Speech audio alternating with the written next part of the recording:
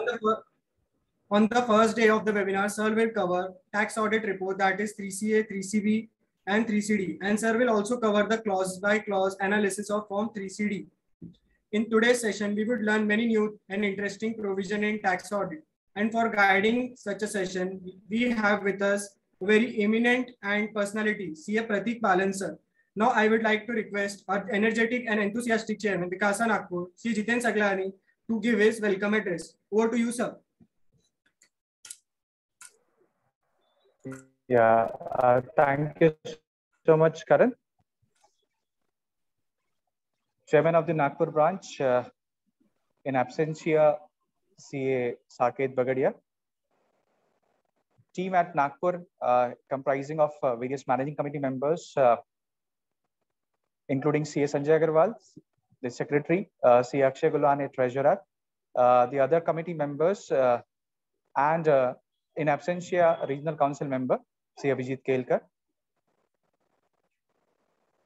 Today's speaker, CA Pratik Balan, who is a very good friend of mine and who has accepted this invitation on just a call because, friends, if you can just understand this, that we professionals are all busy and Pratik ji has been very much tied up with various engagements of his.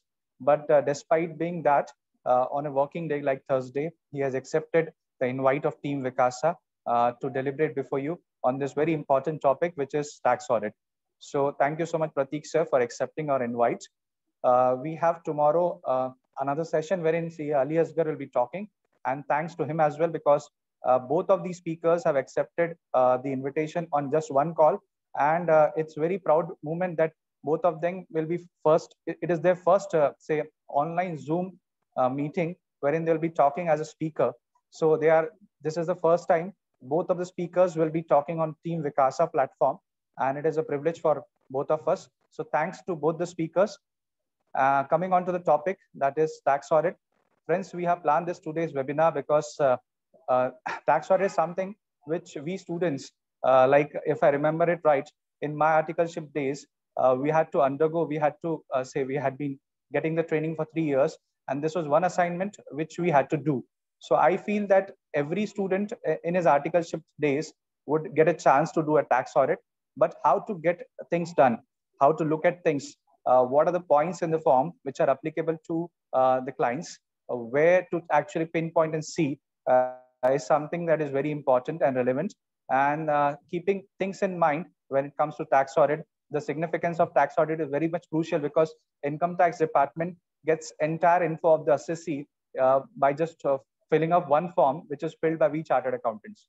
So chartered accountants, but their eyes and nose and their limbs are you all students who actually work on the field and put in the data, give the data to chartered accountants. So it is very important that you all get trained properly. And that is the reason we have this program. There is a 2 days program wherein today our respected speaker will be talking on various aspects of tax audit, the clause by clause analysis.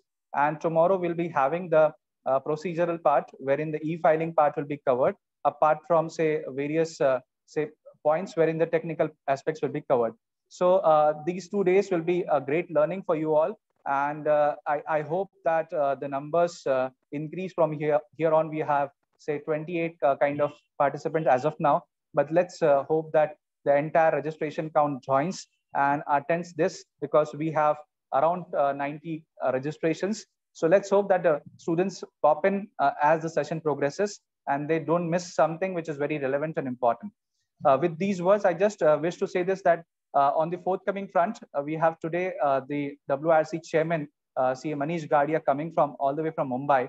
And we have a meeting with him, which is a physical meet. And this is first meeting which is happening physical. Before that, actually prior to this, we had a sports event wherein Pratik bhai, we had around 250 plus registrations and attendance. Since it was an open ground, so we could allow it. But today it's a closed door meeting with the WRC chairman himself. And I feel that students should join. So please do pop in, do come in at the branch. We have this meeting at 5:30 p.m. In the evening, followed by some refreshments. So kindly join for this meeting that is happening today evening. And tomorrow, as I already said, we have the second day of this particular webinar. So I request you all to please connect tomorrow as well. Beyond that, on Saturday, we have one investor awareness program, which is done jointly with Satara WICASA, and that is on REITs and InvITs, that is Real Estate Improvement Trust and Infrastructure Investment Trust. So we have this program happening on Saturday. On Sunday, we have the Teachers' Day celebration, and the team ICAI, that is the head office, has given certain guidelines and suggested certain things to be done on this particular day as well. So we'll be connecting you all with a circular for 5th of September as well. So this is it as of now, because we have many things that are happening at Team WICASA. The Team WICASA this time has been very much proactive, and I think they are doing best of, they are actually acting out of best of their capabilities to serve the members and rather the students. So please do connect for the various initiatives of Team WICASA. And with this, I wish to conclude and hand over the proceedings to coordinator. Over to you, Karan. Thank you so much.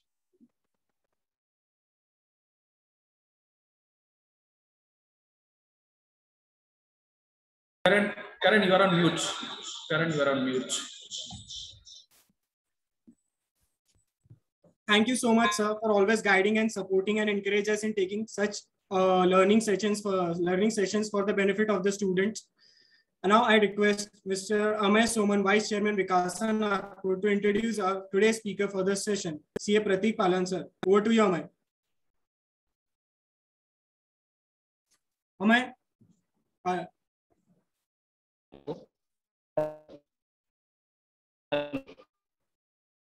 You are not audible. Hello.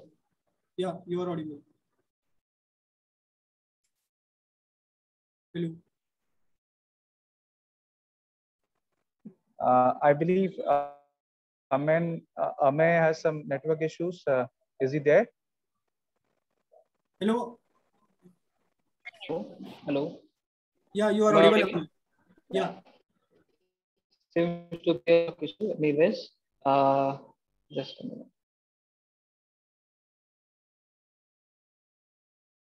Good afternoon. This is Amay Soman, Vice Chairman branch of WICASA, and it's my privilege to get a chance to introduce today's speaker, CA Prateek Palan, sir. Sir has completed his chartered accountancy and also completed post-qualification course DISA, that is Diploma in Information Systems Audit. Sir has been awarded with Merit Certificate in Mathematics in AISC 1998. Sir has also been a rank holder in CA Foundation 2001, 2004. Sir has also cleared certificate course on concurrent audit of banks in 2012.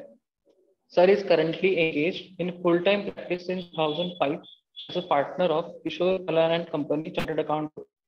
Sir has been working in the areas of concurrent and statutory audits, consultancy services, finance and investment services. Right from his student life, Sir has been very actively associated with various academic and other events for the development of this CA profession. Sir has also served as the Vice Chairman of the Western India CA Students Association for the year 2003-2004. Sir, as a student, has presented papers on various All India and regional conferences and has also been winner of Best Paper Presenter Award at Goa All India Conference. As a student, Sir was also winner of elocution competition at Nagpur branch and represented Nagpur branch at regional level. Sir has also been speaker in various study circle meetings, seminars, and conferences for the students and members at Nagpur.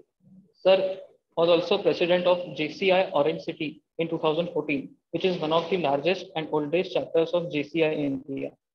Sir has been actively participating and coordinating in various activities of Nagpur branch of the Institute of Chartered Accountants of India as a member and as also a member of various subcommittees.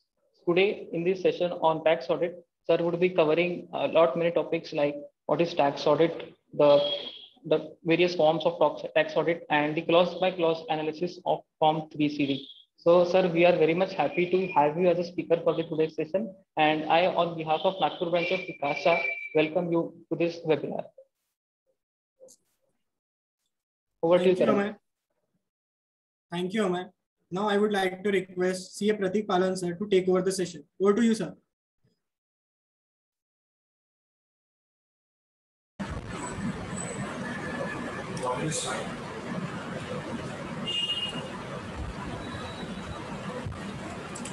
Good afternoon, everybody. Am I audible? Yes, sir. You are audible. Good afternoon, everybody. Thank you for the introduction, Ahmed. Thanks for the lovely introduction. The entire team of WICASA, vibrant team of WICASA, under the able chairmanship of CA Jiten Saglani. It's a privilege to be a part of this session. And as you all know, as Jiten mentioned in the welcome address, that this being a season of tax audits, and overall Nagpur branch and the team WICASA has always been very dynamic and very vibrant, one of the most vibrant branch of the country. So always it has been a pleasure to be associated with Nagpur branch, and Nagpur branch, as always, they are coming up with the right sessions, right technical sessions, right programs at the right time. And this, as you all know, this being the season of tax audit has just kicked in. So it's the right time to get ourselves brushed up with the various provisions pertaining to the tax audit. And thanks to the team Nagpur branch for organizing this session at the right time and the right moment. And thanks to the 7 wonders of WICASA for organizing and leading the path of this team WICASA. So moving ahead to our topic now. The topic today has been, the topic which has been given to me is clause by clause analysis. Basically the brief about the tax audit, exactly what is tax audit, and the clause by clause analysis of Form 3CD, the main audit report format pertaining to tax audit. So all these things we will cover up, phase by phase we will cover up each and every item. So I have a presentation to share with you all. So I will be just sharing my screen.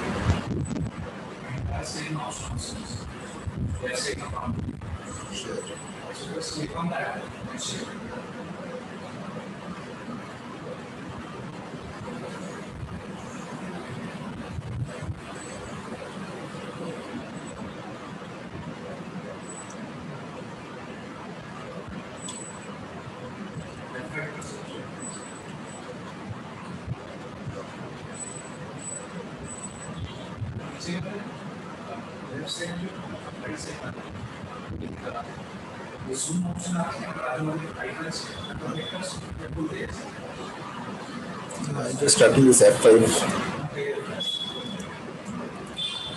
Yeah. Is everybody able to see the presentation? Yes, sir.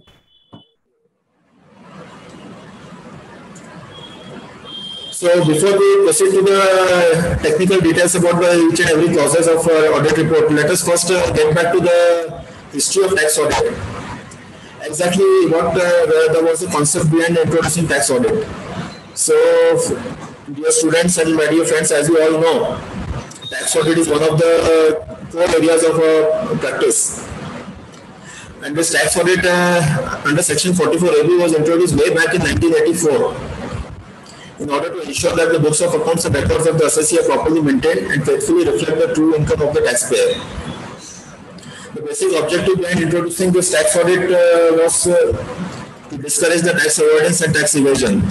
Because, as you all know, in those days, more than 30 years back, there was a lot of this tax evasion. The tax rates were also very high, and the concept or mentality of taxpayers of avoiding and evading taxes were also very high because of high tax rates.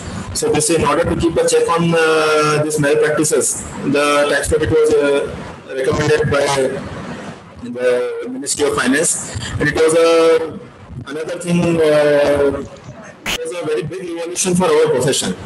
Before 1984, there was hardly, professionals were hardly having any major chunk of work. There were a lot of CS.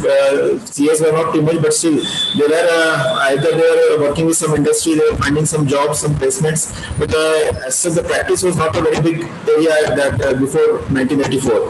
And this 1984, when the tax audit was introduced, it brought in a very big revolution in amongst the practicing CS. And this became a very big area today. So almost more than 75 to 80% of practicing CS. This is the bread and butter area for practice doing tax audits. So it was 1984 was a year which brought in a big revolution for our profession. In this tremendous onerous responsibility, the government found the chartered accountants as capable, and this responsibility the government decided to cast on the chartered accountants. And for chartered accountants, this is the exclusive domain area. Tax Audit, no other professions have been authorized or permitted by government. Only the chartered accountancy profession has been recognized to certify the books of accounts and audit report as per section 44AB. So this big responsibility government has trusted on chartered accountants who will be reporting the various areas as per the audit report under section 44AB. And friends, over a period of time, over a period of last 30-35 years, this has gone through various changes. There is various, from time and again, various changes have been brought in. Even if I share my own experience, I started working since 2005. In the last 15 years, almost the scope of reporting has doubled, if I am not mistaken, so almost the scope of reporting has doubled in the last 15 years.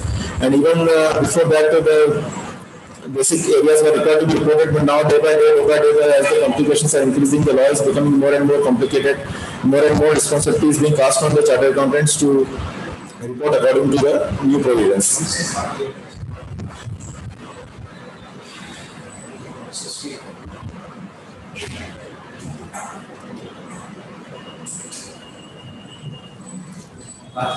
Yeah, are you able to get my voice? No, sir, your voice is not clear. My voice is not clear.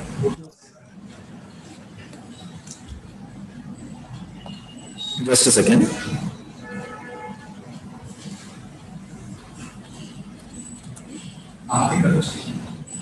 Presentation I'm asking. Presentation. Yeah, are you able to get me now? No, sir. Little bit blur. Voice is not. There is kind of distortion in the voice.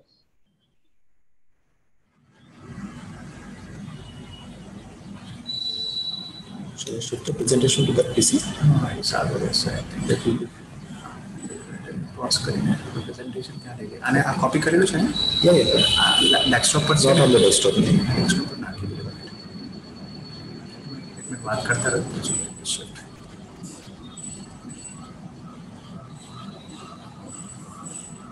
So as I said, the history of tax audit dates way back to 1984. So now, over a period of time, the profession has also undergone various changes, and still today also, this tax audit continues to be one of the thrust areas and one of the core areas of 90% of the chartered accountants who are in practice.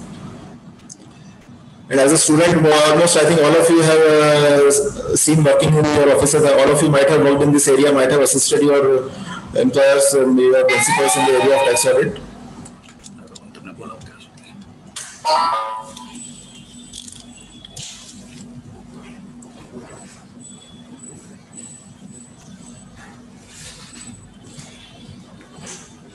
So now let us get back to the concept of tax audit. Now basically tax audit has been recommended for there is a certain threshold of business. Above particular threshold of businesses, they are required to undergo tax audit. Originally when the audit was introduced way back in 1984, the threshold limit was set as 40 lakhs. 40 lakhs was a very huge turnover in those days as compared to, but still over a period of 35 years, the government with the intention to safeguard the interest of the revenue, they have not increased the limits to that extent, to the extent of the way the businesses have increased. Today the limit stands at 1 crore, even after 36 years. After 36 years, the limit has been increased to 1 crore. So that is not a very big threshold, looking at the way the businesses have grown over the past years.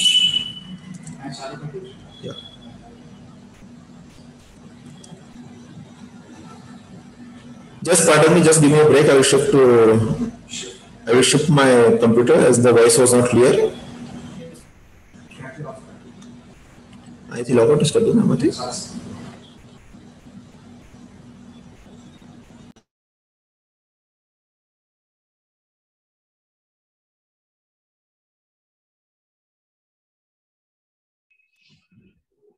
Team, whether this presentation is visible? Yes, sir, visible. मैं बाहर आ भी सकते हैं just leave. Presentation is visible, right? Yes, sir.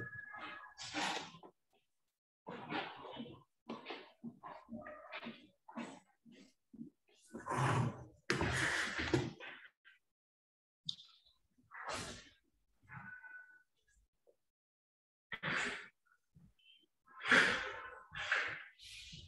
I continue from your ID only?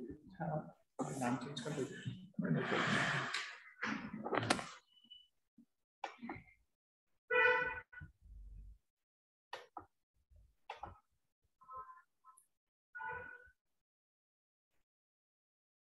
नाम change कर दो.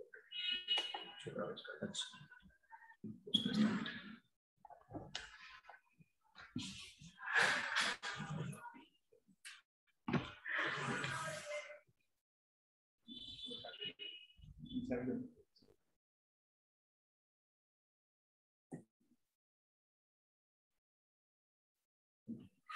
Yeah, am I audible now? Yes, sir. Am I, Karan? Are you able to get my voice? Yeah, sir. Your voice is clear.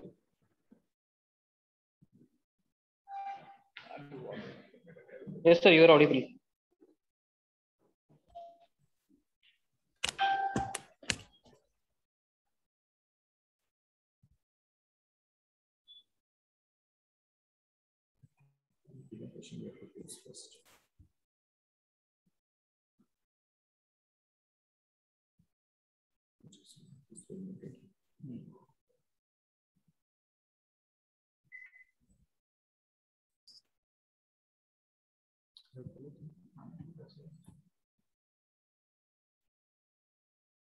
I hope it's okay now. Yes, sir. Yes, sir, audible. Audible. Yes, sir, audible.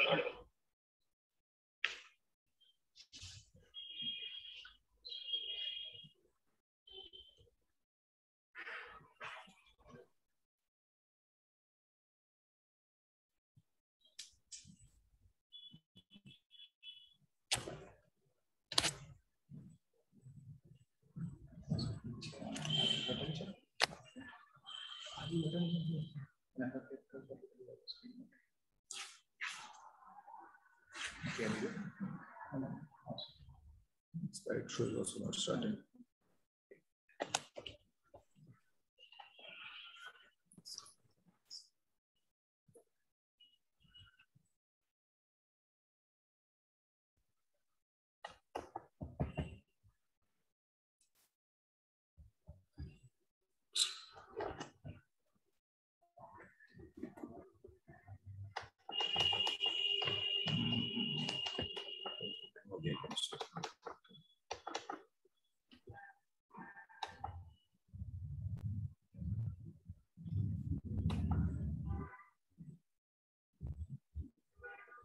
Amay, is the screen visible to you?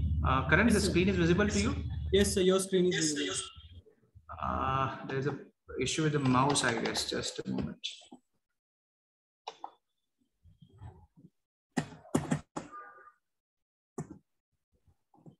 Instead of slideshow, I think we can continue this also.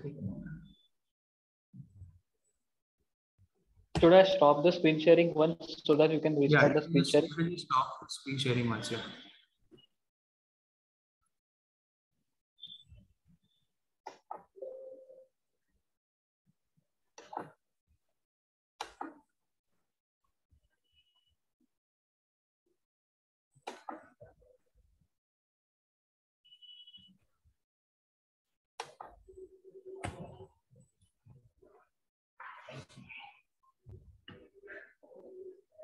Yeah, are you able to see the presentation now?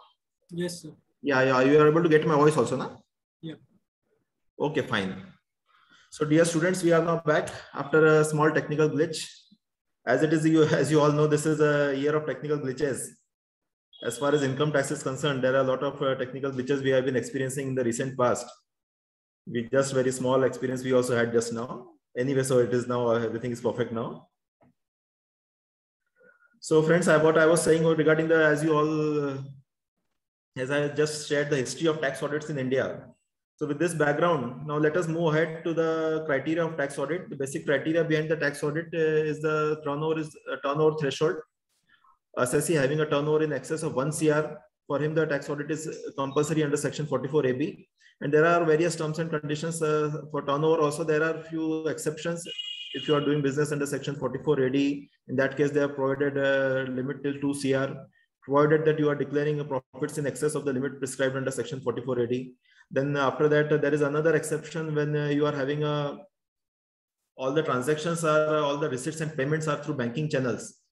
They are more than 95%. So basically what they have said is the cash receipts and payments, they should not exceed 5% of the total receipts and payments. If you are satisfying this condition, then the limit is 5 crores, which has been enhanced to 10 crores from this year. So this is the basically main criteria behind this higher threshold is when all the transactions are being routed through a banking channel, then the probability of any misappropriation in any sort of any accounts is considered to be very less. So with this intention, they have increased the threshold limit for such criteria of turnover. Now, friends, this in the slide, as you can see, what all things are to be included in the turnover and what all things are to be excluded. Now, turnover, as I'm talking about turnover, it is with reference to a business. Now, if we talk about professions, for profession, we are using the term gross receipts.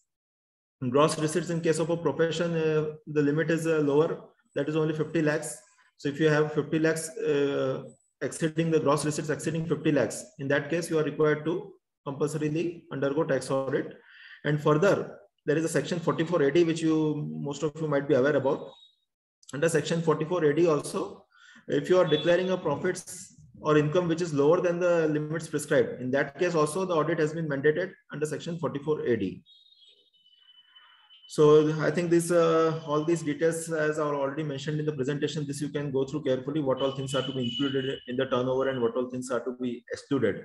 So I think point by point, it will consume a lot of time reading out this presentation point by point. I've already covered it in an exhaustive manner here, and this presentation as it is going to be shared with you all. So this you can go through subsequently. Now let us move ahead to the types of forms.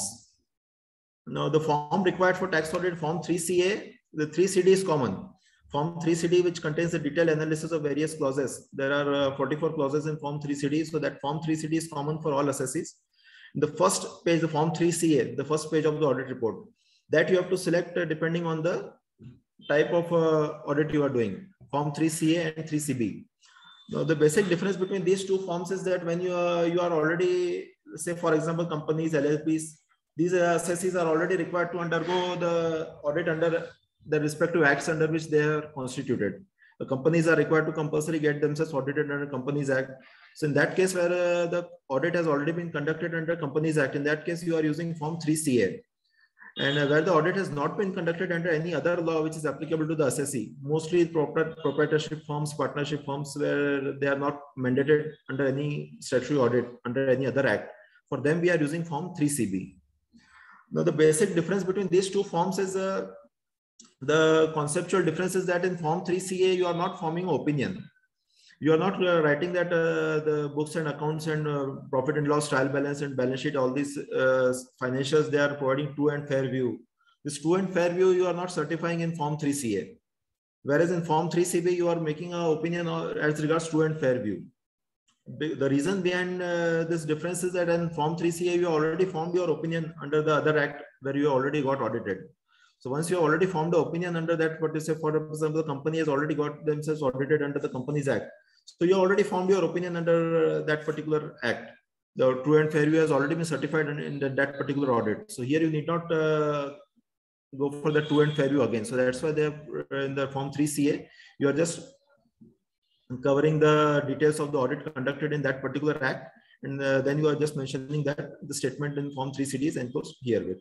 Whereas in form 3CB, you are making a proper true and fair view analysis also. And wherever the audit comes, the question of auditing standards also arises. So definitely in case of tax audit also, the auditing standards are equally applicable to our profession, equally to the tax audit also, as they are applicable to other audit assignments. So now let us move ahead to the main audit report. After deciding form 3CA or 3CB, which form applicable, then we have to move ahead to 3CD. So 3CD is a detailed audit report whereby we are required to give a detailed analysis of various information of the assessee.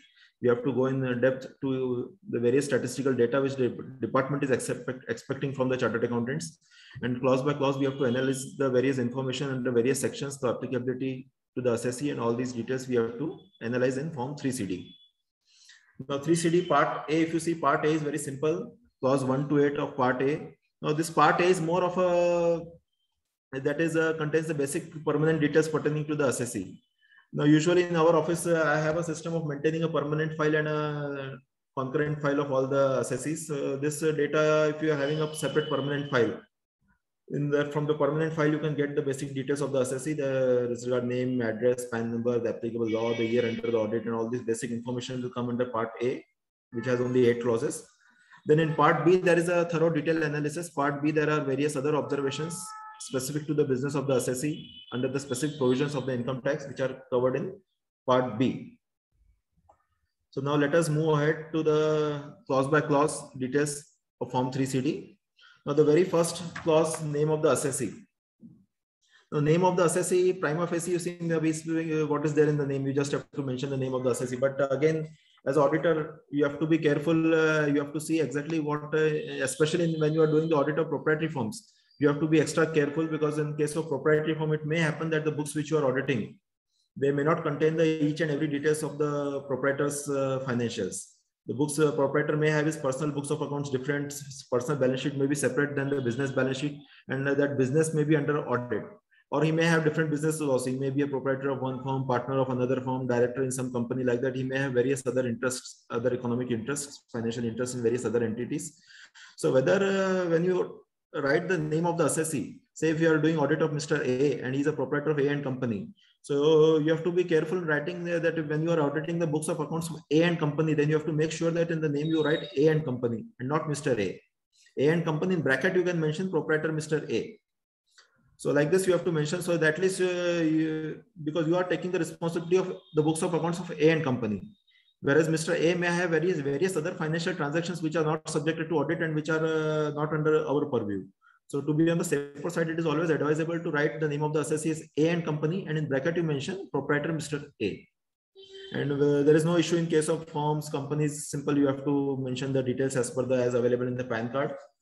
So all these KYC documents of the assessee, PAN card and everything should be in our possession, should be there in our permanent file. So regarding this permanent file and all these things will be taken up by co-speaker C. Ali Asgar may take it up tomorrow in the tomorrow session regarding documentation. He will further detail on these matters. So I won't touch upon that area too much. Then moving ahead to the next clause. Address, again now address of the assessee also, it may happen that the registered address as per, you have to see the registered address as per income tax also. So the best source of that is just download a simple, you download 26AS. In the 26AS, you get to know about the address of the assessee. Now, whether this address is the registered address as per income tax and the address at which he is performing his business, whether these two addresses are same. If they are different, then again, we have to obtain the representation from the assessee, because we are conducting audit of the books, and preferably in our audit report, we have to mention the address at which the business is conducted. That address may not be the address as registered in the income tax. It may be the proprietor's residential address may be given, and here the business address may be different. So here it is always advisable to mention the address as registered in the income tax department. Also, if there are two addresses, we are supposed there is in subsequent clauses, we will come to see that also. So especially in this particular clause, it is advisable to mention the address as registered with the income tax. Then permanent account number is mentioned as per the PAN card. There is no issue in that. That is quite self-explanatory. Then this clause 4 is again important. Here clause 4 is speaking about whether the assessee is liable to pay any indirect taxes like excise duty, service tax, sales tax, GST, customs duty, etc.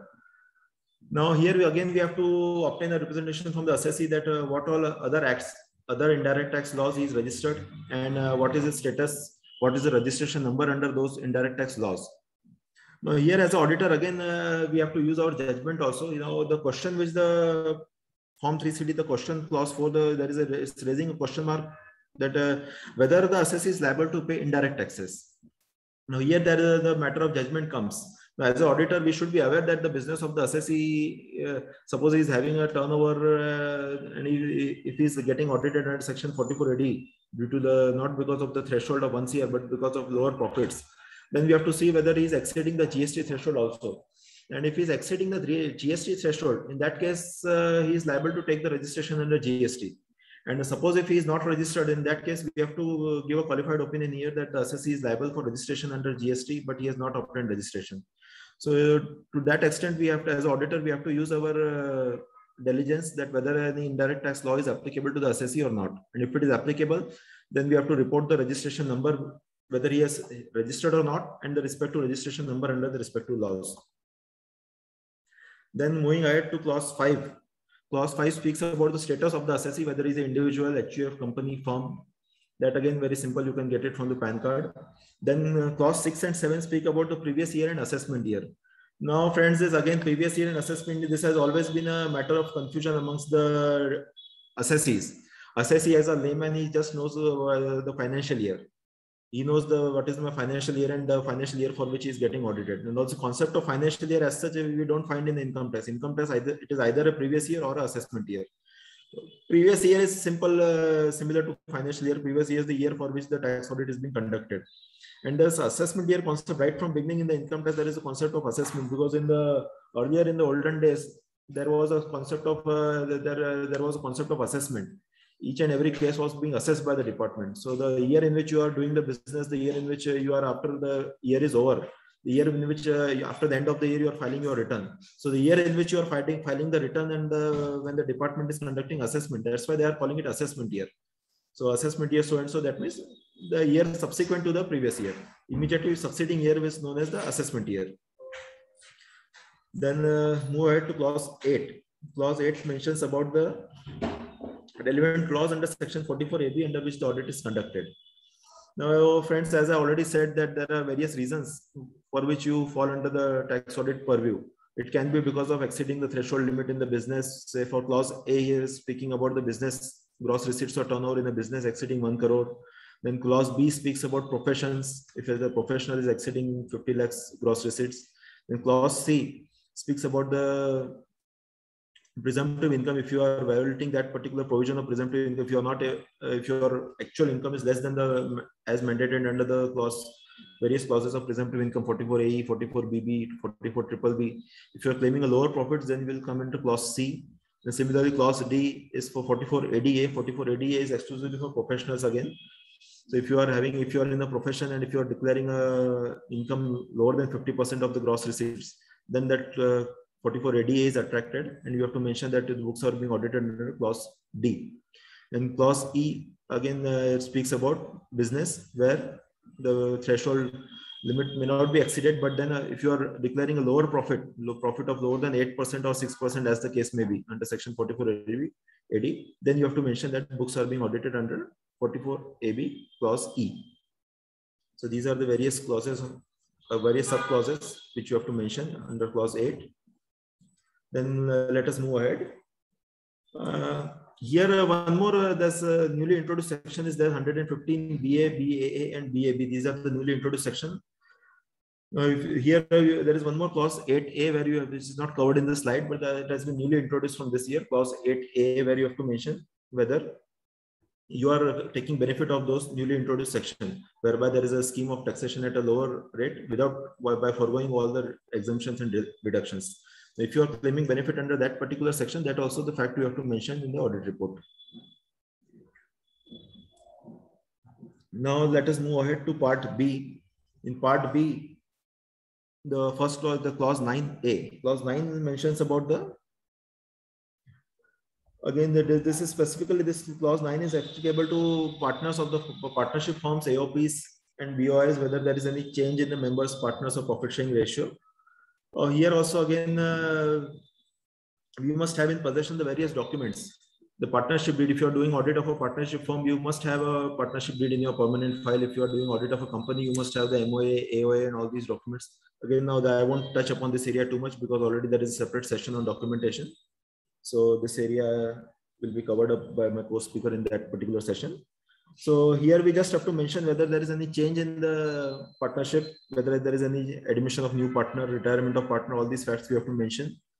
And if these particular facts are not getting cleared from the books of accounts, if you are not able to attend, again, we have to take a representation from our client that whether there was any change, whether any new partner was admitted or not.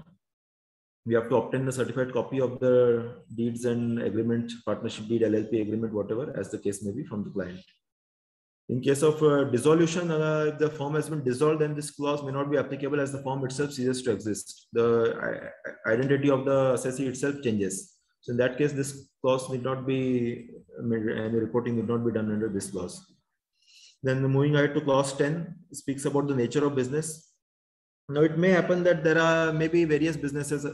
So there is a various separate code list is there in the, if you see the e-filing utility itself, you will, that too again, when you, that e-filing procedure in that session, it will be covered in the utility. There is a drop-down arrow is given, whereby you have an option to select the business code and which is applicable to the nature of business of the assessee.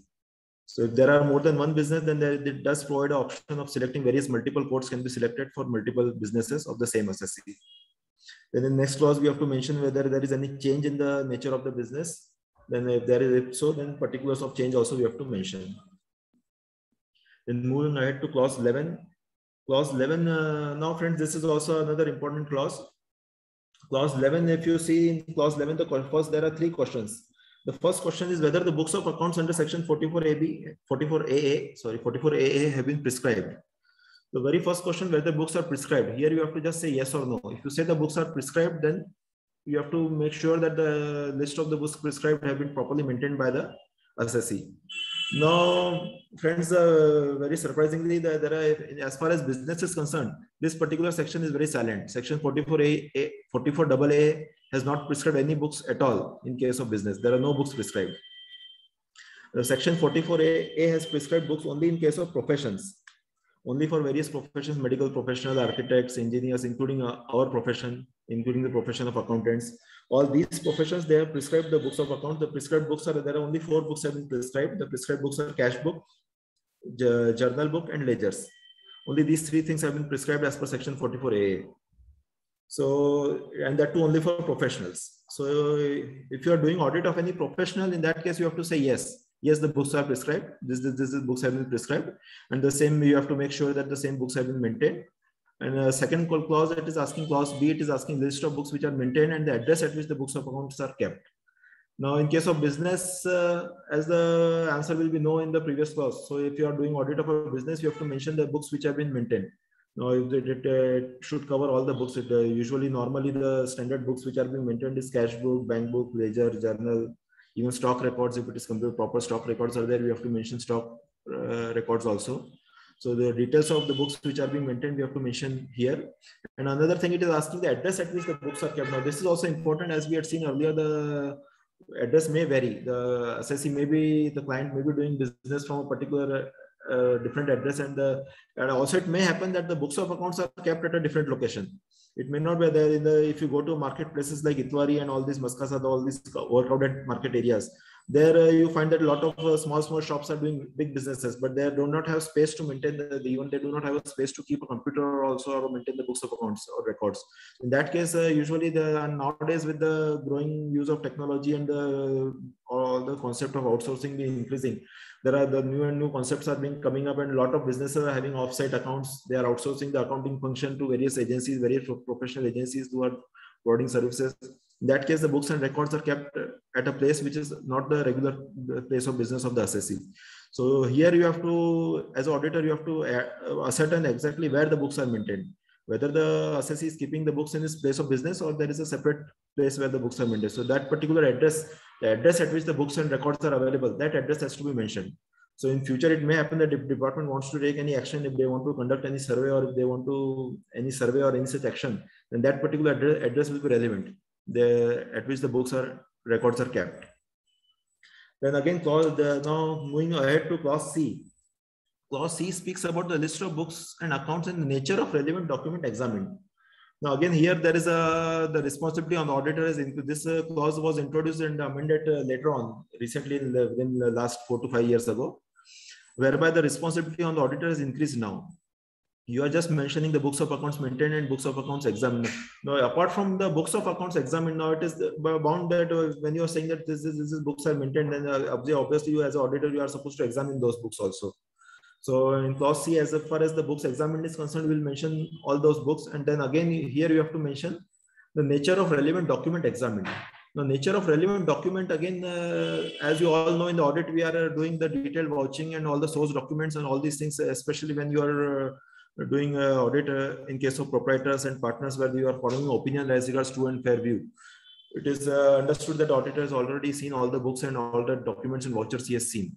So here we have to also mention that what kind of documents, what kind of source documents you have verified. So it can be the bills, other related bills, documents, vouchers. Vouchers is having a very vast definition. Voucher is very vast. So here simply you can mention in a very simple language, you can mention all the necessary and relevant bills and vouchers. In a simple one line, you can mention this. Then let us move ahead to next clause now. Now clause 12. Clause 12 speaks about the profits and whether the profit and loss account includes any profit and gains accessible under presumptive scheme of taxation. Now various sections are there under presumptive taxation. Here we have to verify that whether the profit and loss account includes any profit which is accessible under all these sections which are pertaining to presumptive taxation. Now here it may happen, now I will give you an example. Let us go with an example of this kind of a situation. It may happen that assessee is having a regular business. Apart from that, he may be having a vehicle also, he may be having a goods carriage. Now that goods carriage also he might be plying. We usually say most of the petrol pump dealers, they are having their own tankers for plying the getting the material, getting the relevant inventory from the depots. So this kind of a business, it may happen that they may not be maintaining a proper books and records for that particular goods carriage. So that income of that goods carriage they may offer under section 44 AE. And apart from that, the business income, they might be maintaining regular books of accounts, and as per audited books, you will arrive at the profit of the business. And if they're having they may have other business also, like just like vehicle, lorry, they may have various small retail business also, a small retail counter they may be having under the same banner, under the same proprietorship. For that, separate books may not be there. So for that particular profits, to that extent, it may be accessible under presumptive scheme of taxation under section 44 AD or AE. So if that is also forming here the reporting is required only if that is forming a part of your P&L account. If it is forming a part of your books, only then the reporting is required in this particular clause. Then going ahead to clause 13. Clause 13 speaks about method of accounting. Method of accounting employed in the previous year. It can be a mercantile system. It can be a cash method of accounting. Usually, mostly the professionals like doctors, we professionals, CAs also, CAs, doctors, architects, engineers, architects, mostly these kind of professions, they are usually having a system of maintaining accounts on cash basis, because bills are being raised is the normal common practice, and especially in our profession, the practice is very common that the bill is raised in a particular financial year, and it is usually 90% of the times the realization is done in the stretches beyond the financial year. So in this case, mercantile system may not be feasible, so it is always advisable for a professional to have a cash basis of accounting. So this particular clause, you have to mention the method of accounting. Then next subclause B mentions about whether there has been any change in the method vis-a-vis the method employed in the immediately preceding previous year. So if there is a very rare possibility of change, and if at all if there is a change, then you have to mention in the next clause, subclause B. And subclause C asks about if at all, if your answer is affirmative, if you are saying yes in clause B, then you have to mention you have to analyze the impact on the profit and loss account of that particular change. If the method of accounting has been changed from mercantile to cash, then what is the impact on P&L account for that particular year? So that you have to analyze and quantify and mention in clause C. And then moving ahead to clause D. Clause D speaks about whether any adjustment is required to be made in the profit and loss account for complying with ICDS notified under section 145(2). Now, friends, this is also a very important clause. ICDS in itself is a very huge and a very vast area. I remember when the ICDS was mandated a few years ago, we members have attended full day seminars. We members have attended for learning and understanding what is ICDS exactly. So this ICDS, if I go upon, I won't. The time is not. The time may not permit us to go into the detailed intricacies pertaining to ICDS. But definitely here we will have a passing reference about the ICDS. There are various ICDS which have been notified, and this ICDS, this income now. Usually as an auditor, it is now if you are auditing a small business like a partnership or proprietary firm, then it is always advisable to make sure that the clauses of the various ICDS provisions at the time of accounting itself, at the time of preparing the accounts, you can give instruction to the respective accounting staff of the assessee that you take care of all these provisions of ICDS, so that at least you do not have to mention any negative or adverse qualifications in this particular clause. And for a corporate, for a company, or a bigger assessee, it may not be possible to change the accounting policy because of ICDS. And also there are various anomalies also, because it may happen that the accounting standards say something else, and there are various conflicts. There are various areas where accounting standards are not conflicting with ICDS. In that case, for a big assessee, for a big corporate assessee, it may not be feasible to change the accounting policy based on the ICDS. So they may continue maintaining their accounts as per the accounting standards and as per the generally consistent accounting policies they have been following over the last years. So here now let us take a small example again here also. Let us see now, for example, if we see the case of a builder, developer, property developer, they have an option. They have an option to either declare income based on the completed contract method or based on the percentage completion method. Now, completed contract method only when the sale deed is executed, when the conveyance deed is executed, possession is handed over to the buyer. At that time, the revenue gets recognized.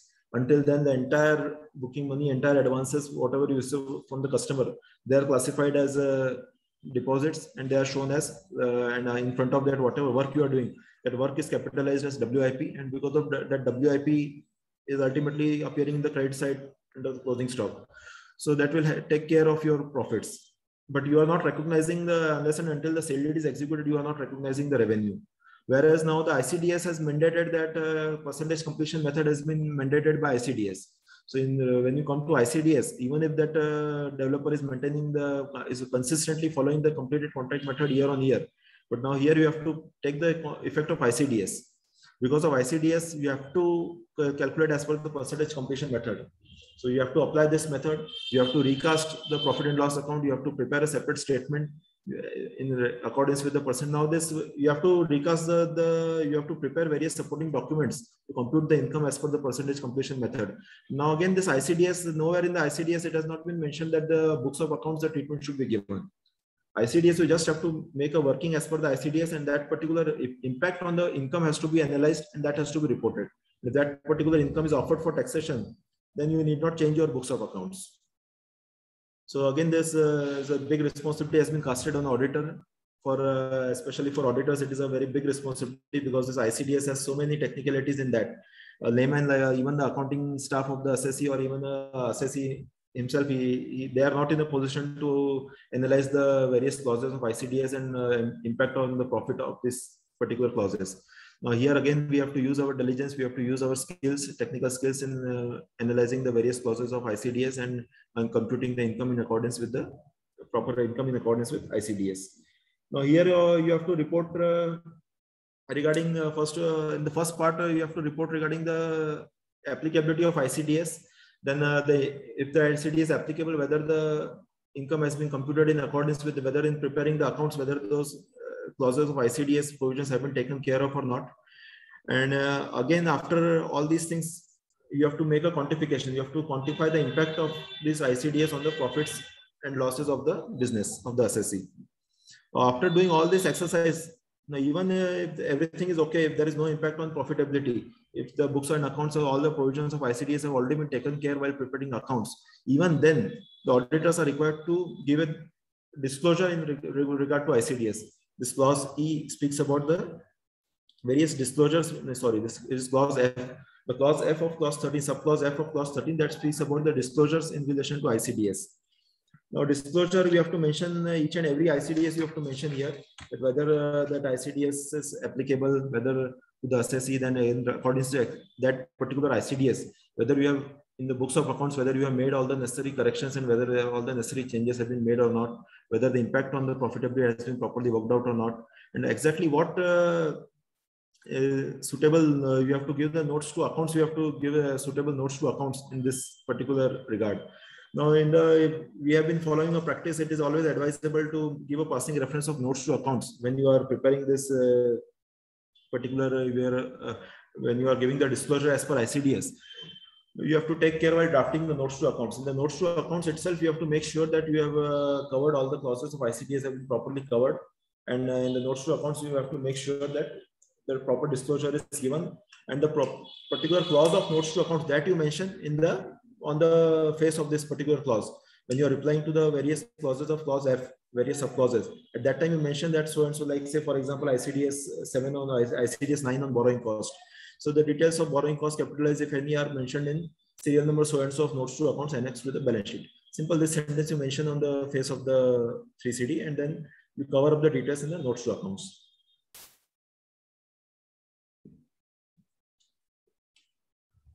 Now let us move ahead to clause 14. Clause 14 speaks about the method of valuation of closing stock. Method of valuation of closing stock. Now here also again it may happen that the closing stock is valued at assessee may be following a system of valuing closing. It may be a standard costing, it may be an average cost, or it may be any other system you may be following. But here again the ICDS also we have to see this reference to ICDS. ICDS has mandated that it has to be valued on the first in first out method at cost based on FIFO basis. So this and cost, and also that it should be cost or NRV, whichever is lower. Now this also, friends, many of the assessees are valuing closing stock at cost. Now this NRV concept may not be as an auditor, it is difficult for auditor also. It is very difficult for auditor to arrive at the NRV. Now there may be various products where prices are fluctuating. So in iron and steel segment, if you see there are in petroleum sector also the prices are fluctuating.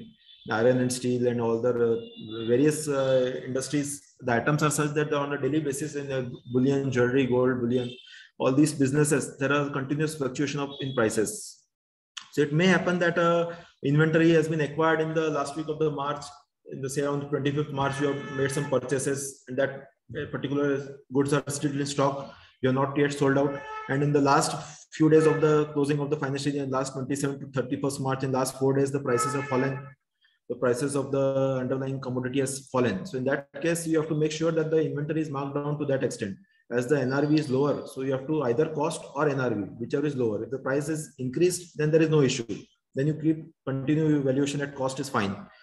But then when the product prices have fallen, the commodity prices have fallen. In that case, you have to take care that the NRV is adjusted accordingly, and the inventory is reported at cost or NRV, whichever is lower.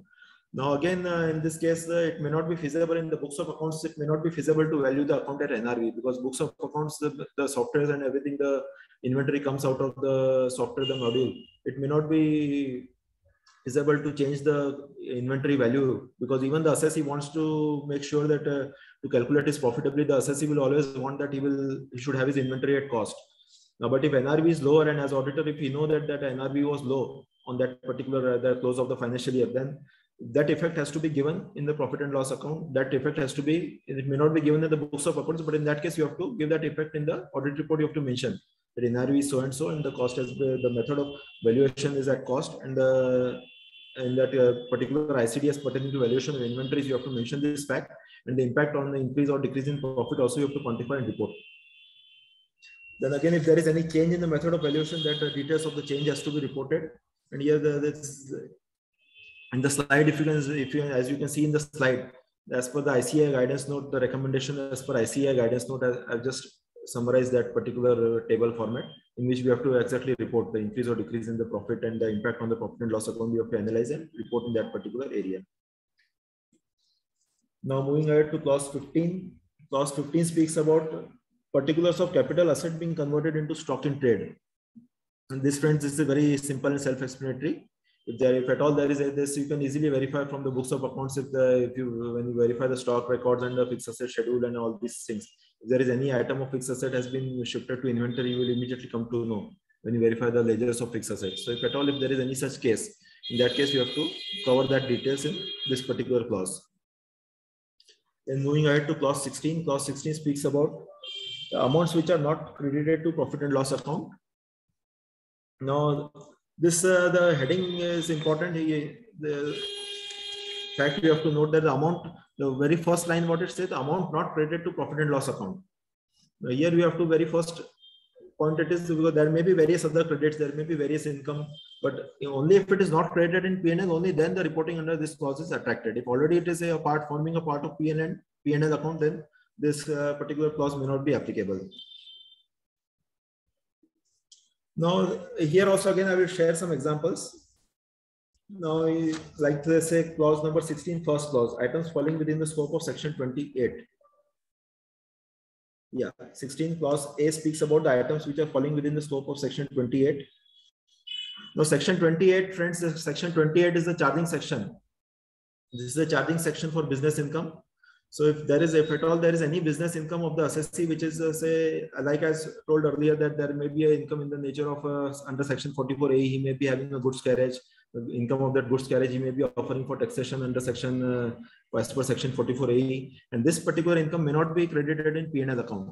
So this fact we have to mention in this particular clause. If there is any income which is accessible as a business income and which is not credited in P&L account, but it is forming a part of your books, it may be credited in capital account. The assessee may have credited, given the credit in the capital account and shown it in the capital account. So that particular fact, that particular figure you have to report under this clause. Then clause B speaks about pro forma credits, drawbacks, refund of duty, customs, or all these are the. Now here also, if there is any order, if there is any order being passed by the authority, say the refund order has been issued, but the refund money has not been received. So even if the order has been passed, in that case, under the mercantile system of accounting, you have to offer it for taxation under the logic of that mercantile system. But once the order is passed, it is likely that the refund order has been issued, so refund the refund will be received in the due course of time. So, but as per the mercantile method, you have to make sure that it is included in your profit and loss account. You are already credited in the books of accounts. Now, again, if this is not credited in P&L account, and suppose it is credited to any other item, say refund of excise duty, refund of GST, if there is any assessment is there and the refund has been issued. If that refund is credited to the account which has been already appearing in the balance sheet, it has been credited in some other head, or it has been taken in the capital account or anything like this. In that case, again, as it is not credited to profit and loss account, the reporting under this clause will be attracted.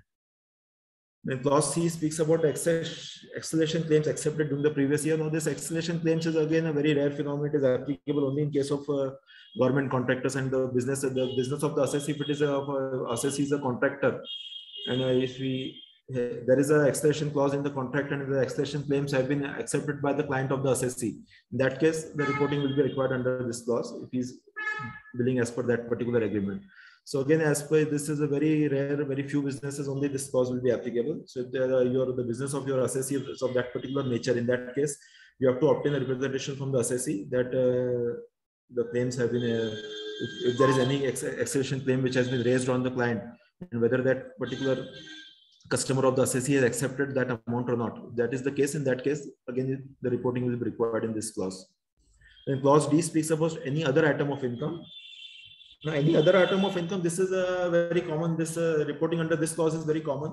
Now, there are various items of income in case of, say, if you are doing a small audit of a proprietary firm, also it may happen that proprietor may not be having separate books of account. His personal saving account is also forming a part of your business books. In that case, it may happen that the saving interest on that accounts, he may be having investments in shares, mutual funds, the dividends on those shares and mutual funds. All these kind of income, he may be having a PPF account, the PPF interest being exempt. Usually these items are never form a part of P&L account. PPF interest, then saving interest, dividends on shares in mutual funds.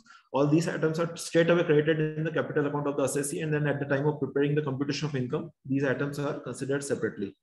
So as these items are also not credited in P&L account, they are directly credited in capital account. So here also in this particular clause, you have to mention the details of all those incomes.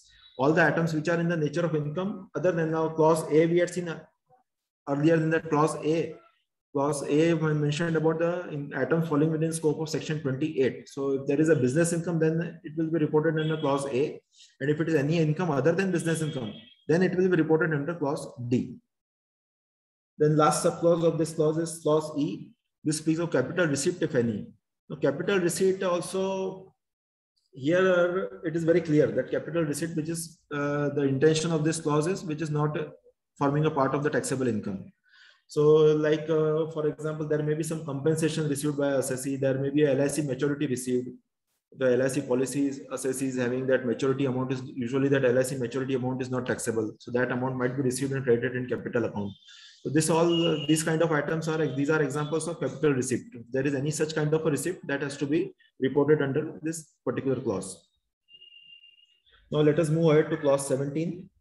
Clause 17 speaks about whether any land or building or both is transferred during the previous year for a consideration less than the value adopted or assessed by or accessible by an authority of a state government referred to in section 43CA or 50C. Now this section 43CA, section 50C again. Now friends, as a student, I have always been suggesting that whenever clause is very clear about the property transaction. If there is any transaction in immovable property, only then this clause will be attracted. But friends, as a student, I will always advise that whenever you are preparing Form 3CD, whenever you are filling various clauses, and when you come across this kind of a question, Section 43CA is here, you must know what is Section 43CA. You should be aware about what is Section 50C. And if at all at the time of filling up this Form 3CD, when suppose your boss has given you that you are, as the article he has told you to just fill up this Form 3CD, prepare. Usually 90% of the times what we do, we take up the last year's audit report and we just see what was last year, what all causes were there, what all information was there. And making that as a base, we just search the information under there, those particular clauses for this particular year, and we declare it as it's done. But friends, this is not a proper approach. I would, as a student, I will always, even in my office also, I have always suggested my articles to always go through that particular section. Whenever you come across any such kind of a clause, any such kind of a question where it is speaking about whether there is any income is accessible in the say so-and-so section, so-and-so clause, so-and-so, like here it is speaking about Section 43CA or 50C. So friends, you should be aware about what is Section 43CA and what is Section 50C. Immediately, I would suggest immediately to take out the BERET. I hope that even my students might be watching this webinar, and in my office, I have already all these BERETs and all the rule books and all this. I have placed it in the article section only. I have kept all the books and all the study material, all the reference material. I have kept it in the article section only. And I have always, in my office, I always instruct my students to, whenever you come across any such situation, immediately take out the BERET, take out the act, that book lying in front of you, and open that particular section. It is very easy to refer a section in a BERET. So just open that particular section, read the section. And if you follow this kind of a discipline, if you study in this kind of a manner, this way you will never forget. Even from exam point of view, even after 6 to 8 months or even after 1 year down the line, when you see that, okay, you immediately recall, yes, I had opened that BERET and I had seen that section there in that particular time, I had studied this particular section. So that will definitely, that will give you a good knowledge, good understanding, and it will is one of the most easiest way to memorize also. So this particular clause, this section, I will tell you, this Section 43CA is applicable for builders and developers for whom the transaction, the real estate transaction, property transaction, they are offering as a business income. For them, Section 43CA is applicable, and for others for whom the immovable property is a capital asset, for them Section 50C is applicable. Now, you have to study this section in detail because this is again one of the important provisions in the income tax. I will just give a very brief gist of this section. In Section 43C and 50C, the concept is same. If there is any immovable property which is transferred for a consideration which is less than the consideration, say stamp duty valuation, say property, the stamp duty value is 50 lakhs and you are executing sale deed for say 40 lakhs. So there is a 10 lakhs under consideration. The government valuation for the purpose of stamp duty is 50 lakhs, and your underlying transaction which you are undertaking, that is for 40 lakhs. In that case, there is a provision that the difference of 10 lakhs, that 10 lakhs is accessible as if that will be deemed sale consideration as per Section 50C. If you are selling a property, that Section 50C says that your deemed sale consideration is 50 lakhs. So entire 50 lakhs you have to offer as for the purpose of calculating capital gain. You have to assume as if you have received 50 lakhs but in reality you have received only 40. So this particular section speaks about that, and similarly 43CA is for builders and developers. So that will be accessible as a business. In case of a builder, if he has sold any property for under consideration, in that case, that will be taxable as a business income. The deemed sale consideration will be increased. And here the responsibility again is now cast on the auditor to verify the sale deeds and the documents of sale and to ascertain if there is any variation. Now, clause 17 just speaks about there one format is also given, the details of the property, address of the property, and all these things in the details you have to mention that exactly what was the government value, what was the stamp duty valuation, and what particular value the transaction has been undertaken. So in that particular format, you have to report the information. Now, clause 18 pertains to depreciation. The depreciation is also one of the fixed asset and depreciation. When you are conducting whenever you conduct any kind of audit, any sort of audit, this is a fixed asset and depreciation, very important area for auditor to examine. The details of all each and every ledger of fixed assets, addition to fixed assets, sale of fixed assets, and all these here I have already given in the slide. As you can see in the slide, the format has been provided. In this particular format, you are required to report the information pertaining to fixed assets. Here, if the assets are not many, you can give it in the notes to accounts also. You can mention, or in you can give a separate annexure. That is more advisable. Because mostly when you are preparing from the 3CD utility, in the softwares there are separate annexure is there. So in that particular annexure, you have to carefully verify all the ledgers of fixed assets from the books of accounts, and then report the information as per this particular format. Moving ahead to clause 19. Now, clause 19 also there is a now long list of sections. Now, just simply if you see the clause 19 says that amounts debited to profit and loss account, and there are various sections. Amount admissible as per the provision of Income Tax Act. Now, this section 32 AC, 32 AD, 33 AB. Now, again, all these sections, again, as a student, I'm again saying that you should first, before writing yes or no, just seeing the last year's audit report, there was no was mentioned, there is no nil was there, and so this is also just copy that no nil. Instead, you should have a knowledge about all these sections. Right from section 32 AC se leke section 35E, you should be aware about each and every section, exactly what these sections are speaking about. Practicality in practical life, these sections may not be of day-to-day use, but as a student, definitely as a student from exam point of view also, you should be aware about what all these sections are.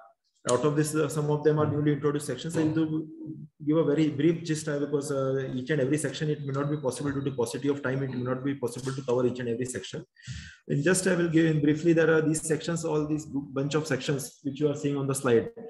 These sections are pertaining to this investment in new plant and machinery. Some are for purchase of assets in backward areas, payment to scientific research associations, payment for scientific research, research in social science, research in statistical research, where the assessee has paid any sum to national laboratory or university of or institute of technology. Assessees engaged in the business of biotechnology. Then amortization of preliminary expenses, the sections 35, 35D, 35DD, all these sections speak about amortization of preliminary expenses. Like that, there are various different sections pertaining to the different. It may happen that assessee might have given a donation for scientific research, even that particular amount, if that particular amount is eligible. So that also details you have to mention in this particular section. These are various sections. So as a student, I would again suggest that at your office, you all might be having the Income Tax Bear Act will definitely be available in your offices. So carefully read all these sections at the time of whenever you fill up the form 3CD. Make especially when the first time, especially when you are doing your first assignment of filling up tax audit report, it is always advisable to read each and every section carefully and obtain the thorough understanding and thorough knowledge about these sections. Now let us move ahead to clause 20. Clause 20, subclause A speaks about any sum paid by an employee as a bonus or commission for services rendered, where such sum was otherwise payable to him as a profits or dividend. Now, friends, here I would I would give you a small example again. Now, this bonus or commission is paid to any employee if it is, if you are the basic intention of this section is when you are making any payment to an employee, if you are giving it, the amount was payable as a profit, as a share of profit or as a dividend, and then as per your service terms, if that is a share of profit and you are showing it as a bonus. Actually, the calculation, the basis of calculation is share of profit, but then on paper you are showing it that it has been given as a bonus, and in that particular case, the reporting will be required. The regular bonus, which is in the regular course of business, say like the employees, you are giving a Diwali festival bonus, 1 year-end Diwali bonus is given to the employee, then this kind of a bonus is not required to be reported here, right? So moving ahead to next clause. Clause 20B, he speaks about contribution received from employees from various funds. Now this is an important clause, friends. Here also there is reporting is there in many times the reporting is required under this particular clause, clause 20B. Details of contribution received from employee for various funds as reported in section 36(1), clause 5A. Now this speaks about if you are a client, if you are assessee, whose books you are auditing, that assessee is registered under ESIC and PF. In that case, the ESIC and PF, all the amounts which are being recovered from the salary towards ESIC and PF dues, whatever deductions you are making from salary towards ESIC and PF, those deductions have to be deposited before the due date prescribed under the ESIC and PF Act, and not under the Income Tax Act. Right? So this is a very important clause, friends, and in this particular clause, the reporting is also required in most of the cases. And one thing to be taken care is that very important point here is to be noted is that whenever you are reporting under this clause, you are expected to be aware about the due dates under the ESIC and PF laws. So if there is any deduction from salary of PF, so what is the due date under the PF Act? That particular due date you have to mention, and whether the payment of those PF dues have been made before the due date as per the PF Act or not, that you have to mention. So simple, there is a table format is there. In the tabular format, you have to mention the date of deduction, then the due date of payment under the amount of deduction, the due date of payment under the PF Act, and the actual date of payment. So if there is any delay in that particular payment, then that amount gets disallowed. Now the utility has been designed in such a manner that it automatically disallows the amount at the time of generating the intimation. It has happened to many assessees. It has happened that whenever the auditor has reported the information under this clause, and there is a delay payment, there are delayed payment of ESIC and PF dues, there is a delay in payment. So at the time of generation of intimation, many assessees have got a demand under section 143.1. The demand has been raised by the department that the due date as per the PF Act was not complied with, that there was a delay in payment of the ESIC and PF dues, and as a result, that amount has been added back to the income. So as an auditor, again, there is a big responsibility on us. Again, that is in the interest of revenue. So we have to, as an auditor, we are supposed to correctly report those dates as per the accounts of the assessee. Then let us move ahead to clause 21. Clause 21, there are various items which are debited to P&L account. Amounts debited. Now here also the heading of this, the very first point, the clause speaks about amount debited to profit and loss account. So only if the amount is debited to P&L account, only then the reporting will be attracted under this clause. So details of amount debited to P&L account. Then there are various sub-clauses are there. There's a very long list. This is a very big clause. Clause 21, there are various other sub-clauses and provisions and all those under that. So the very first point speaks about the amounts debited to profit and loss account being in the nature of capital, personal, advertisement, expenditure, etc. Now again, here apart from obtaining representation from the assessee, here also the auditor has to use his diligence. Now it may happen that various personal expenses and capital expenses might be debited to P&L account. Now again, we have to use our judgment and our diligence while assessing these kind of expenses and while auditing the books of accounts. Now see, vouching is a different thing. As a student, our principal usually tells us to use the files. See, these are the files. This is the record of the assessee, and this is the data, and these are the books of accounts. Vouching is one part. Now seeing the bill, yes, this is the amount in the bill. You tick it in the voucher, you tick it in the ledger. That is fine. But now, what treatment has been given to that particular item? That also you have to see. Just that amount and amount is tallying as per the bill, that is not sufficient. It may happen that assessee has purchased some, because practically we have seen this. Practically we have during the course of audit in our office, we have seen some many kind of situation. Assessee is having a small kirana shop. He purchased a washing machine for his house. That washing machine has been capitalized as a fixed asset. So as an auditor, how can we allow this? As an auditor, we know very well that the washing machine has no relevance with the business of the assessee. It is impossible that that particular item is forming a part of the business of the assessee, and he says that it is my fixed asset and I am claiming depreciation on that. So this is strictly prima facie. Logically, this is a personal expenditure and that has to be debited to capital account and not to the fixed asset schedule.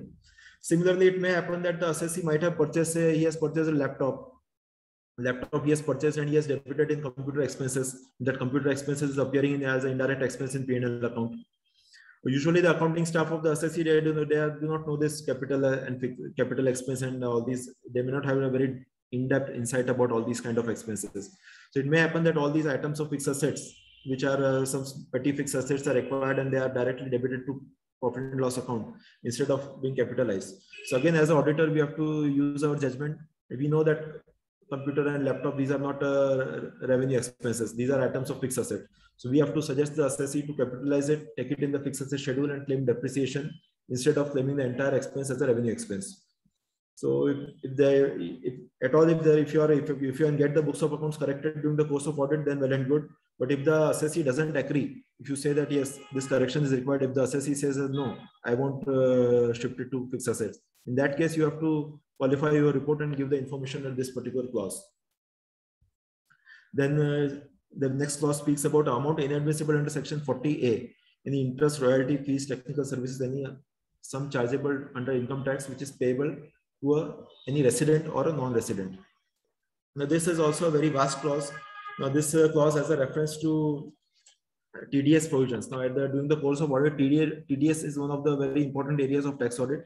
So if there is any shortcoming of, there is anything if the amount is paid without TDS. So that particular amount is required to be reported under this clause. And there are two separate, this has been divided into two separate clauses. One is for non-residents and one is for residents. And the major difference, the reason for splitting it in two different parts is that in case of a non-resident, say for example, again, I will share a small example. If I am having unsecured loans, I have taken unsecured loans from a resident as well as a non-resident, and I am paying interest on that unsecured loan. And suppose, say for example, I failed to deduct TDS on both the unsecured loans. I paid interest to a non-resident, I failed to deduct the TDS, or I did not deduct the TDS. Then also in case of resident also, I failed to deduct TDS. So this particular fact that the underlying expenditure, 30% of that expenditure is disallowed in such a case. So say if I paid a 10,000 rupees interest, I paid to non-resident, I did not deduct TDS. In that case, the reporting will be required under this clause, under that particular clause pertaining to NRI. And for NRI, the provision says that the TDS has to be deposited before the due date as per the TDS provisions, and not as per the, not that 139(1) due date as per the income tax return. So that if that is a delay in depositing TDS as per the due date of depositing TDS, as we all know, that is 7th of the next month.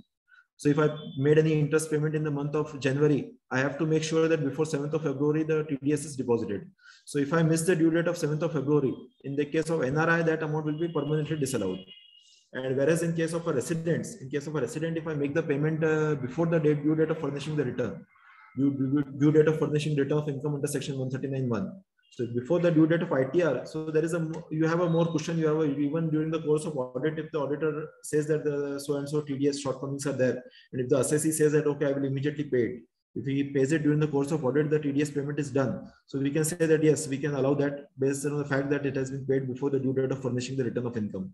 So on that basis, the amount is allowable in case of a resident. But in case of a non-resident, we have to be very careful. For non-resident, that benefit is not available. So if you are making payment to any non-resident, and if you have failed to deduct TDS, then that particular reporting will be required under this clause 21B in that regard. Then let us move ahead to clause 21C. Clause 21C speaks about amounts debited to profit and loss account being interest, salary, bonus, commission, or remuneration inadmissible under section 40B or BA and computation thereof. Now these two sections, section 40B is applicable for partnership firms and 40BA is for association of persons, AOPs. Now there is a criteria for paying remuneration to the partners.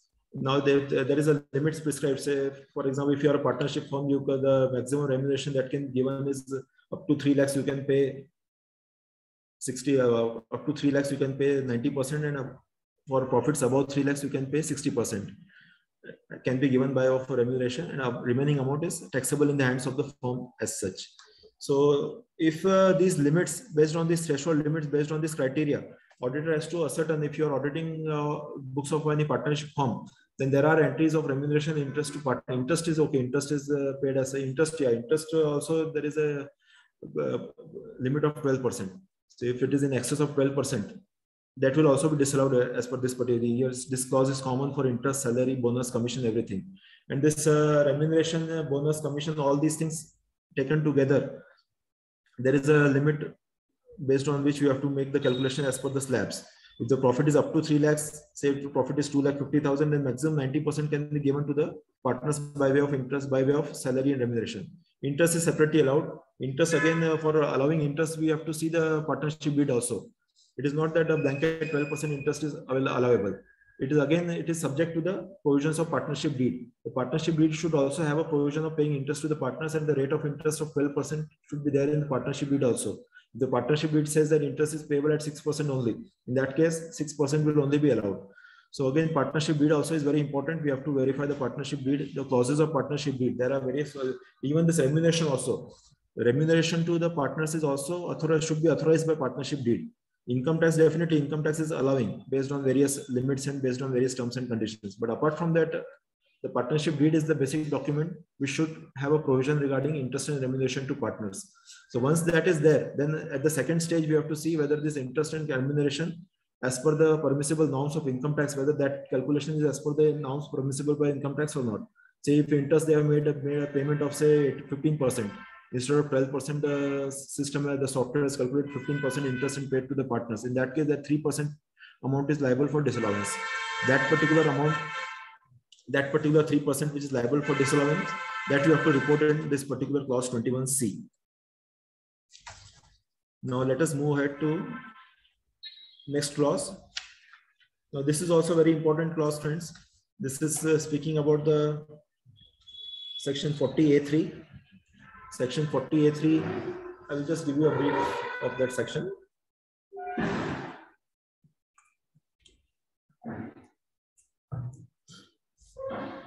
Cash expenditure in excess of 10,000 per day.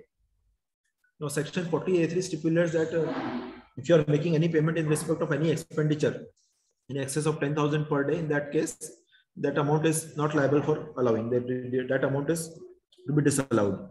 Now see friends, you have to be very careful. If you see the form 3CD, if you see, there is a negative question in this particular clause. I will just read out exactly what the question is. On the basis of the examination of the books of accounts and other relevant documents or evidence, whether the payment referred to in section 40A3 read with rule 6DD were made by account pay check or account pay bank draft. If not, then please furnish the details. Now what the clause says, if not. Now here, if you just like, if you write yes, then it is okay. If you are satisfied, there are no such adverse observations, there are no payments exceeding 10,000, only that the 35,000 threshold is provided only in case of transporters. If you are making payment to any freight, to any goods carriage, owner of any goods carriage or any transport company, in that case, the limit is 35,000. Otherwise, for all other payments, limit is only 10,000. So this question itself is drafted in the negative language. So here, if you say no, in that case, if you write no, that means there is a qualification. That means there are some adverse observations in the books of accounts. If you write no, then again you have to fill up the details. Exactly what is the date of payment, nature of payment, amount paid, name of the payee, PAN of the payee, and all these details you are required to mention if you say no. And if you say yes, then if you are satisfied, then you have to write yes. If you scrutinize the full books of accounts, you have seen everything. There is no entire cash book here. Is very simple. And that too, if the accounts are in tally, it's very simple. You just have to export that cash book can be exported in the Excel format, and you can just apply the filters. And whatever amounts are, you can just hide the bank. All the bank entries can be filtered. And apart from the bank entries, if all other entries, if there is any payment above 10,000, can be easily filtered in, and you can easily identify it from the books of accounts. So this way, and here there are two clauses. One is section 40A3 and 40A3A. Now earlier, friends, there was only 40A3. Now here also again I will give you an example. Now once I have made a service, suppose I have made a purchases. I made a purchase, I debited my purchases and credited the account of the supplier. Say 1 lakh rupees, I made a purchase of 1 lakh rupees. At that time I have not made any payment. I just debited my purchase ledger and credited the account of the supplier. And in the subsequent year in the supplier, I will make the payment to the supplier. Now that supplier is appearing under my sundry creditors. When I pay to that creditor, that payment I was able to make it in any mode. Even if I made a cash payment to that creditor in the subsequent year, that was not coming under the purview of this particular clause. It was a very safe harbor to avoid this particular loophole was very easily being exploited by the people. Instead of showing a cash payment, they used to show that it is a credit bill. They used to keep the bill pending, and the subsequent year they used to make payment to the creditor. And there was no such provision of bringing that into the net of this provision. So that's why section 40A3A was introduced. In that particular section mandates that now the payment made to even against any liability. If you are paying any creditors also, if you are making payment in excess of 10,000, that is also attracting this particular provision. So now it is very clear that even if you are making any credit purchases or any provisions in the books of accounts, and then subsequent year, if you are paying against making payment against those provisions, even that also should not exceed 10,000. Cash payment should not exceed 10,000. So as an auditor, we have to be very careful, and this particular thorough checking of cash book is required before reporting under this particular clause.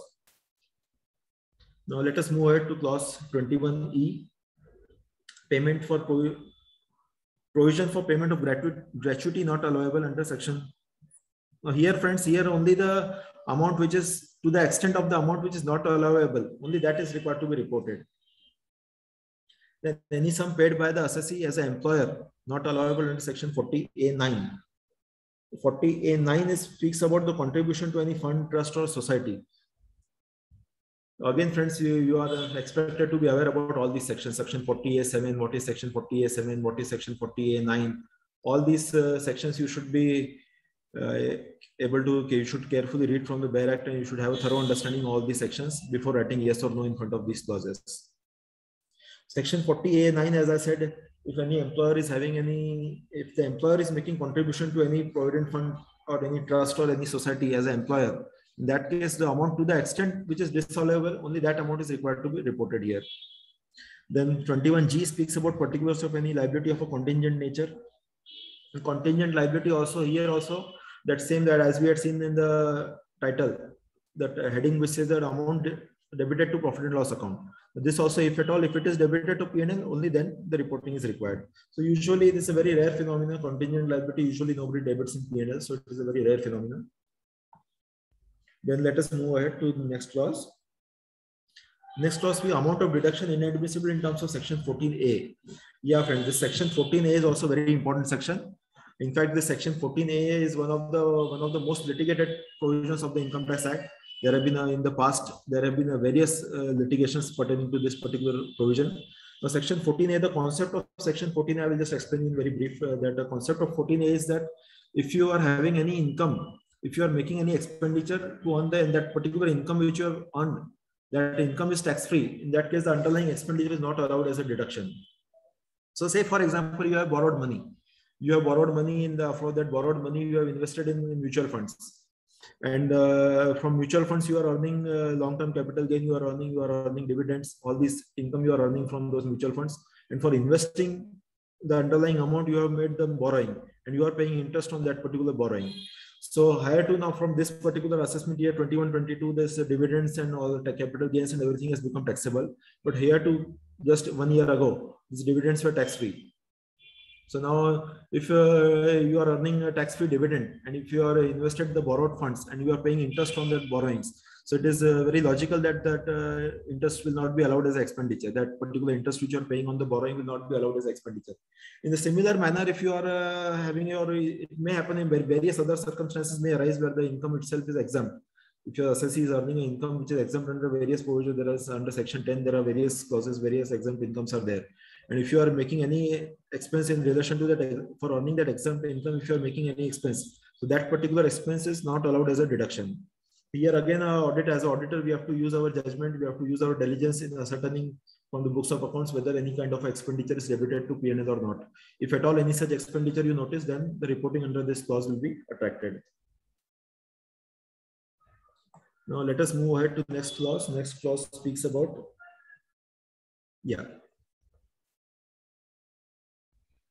interest paid in range for amount borrowed for the purpose of business is not allowed. This also, this particular clause, if you see there is a reference in the ICDS also, amount inadmissible under provision to section 36(1) clause 3. The similar, if you see ICDS 9 on borrowing cost, that also speaks about the same thing. So if at all, if you have purchased any asset and if you have made any borrowing for acquiring that asset, so unless and until the asset is put to use, the interest paid on this borrowings is not allowable as a deduction. So that interest is also required to be capitalized. So if I am any plant and machinery, if I am making any huge investment, if there is a factory shed, the construction of the shed is going on, I have made a term loan, I have taken from banks, I have taken term loan from bank, and I'm paying interest on the loan. So usually the interest on the term loan, usually we are debiting it as an interest expenditure. But now if that particular loan is for the purpose of any capital asset, and that capital asset I have not yet started using in my business, so in that case, this interest is not liable for deduction. So as per that, this particular, as per the ICDS also says the same thing. ICDS says that particular interest is required to be capitalized.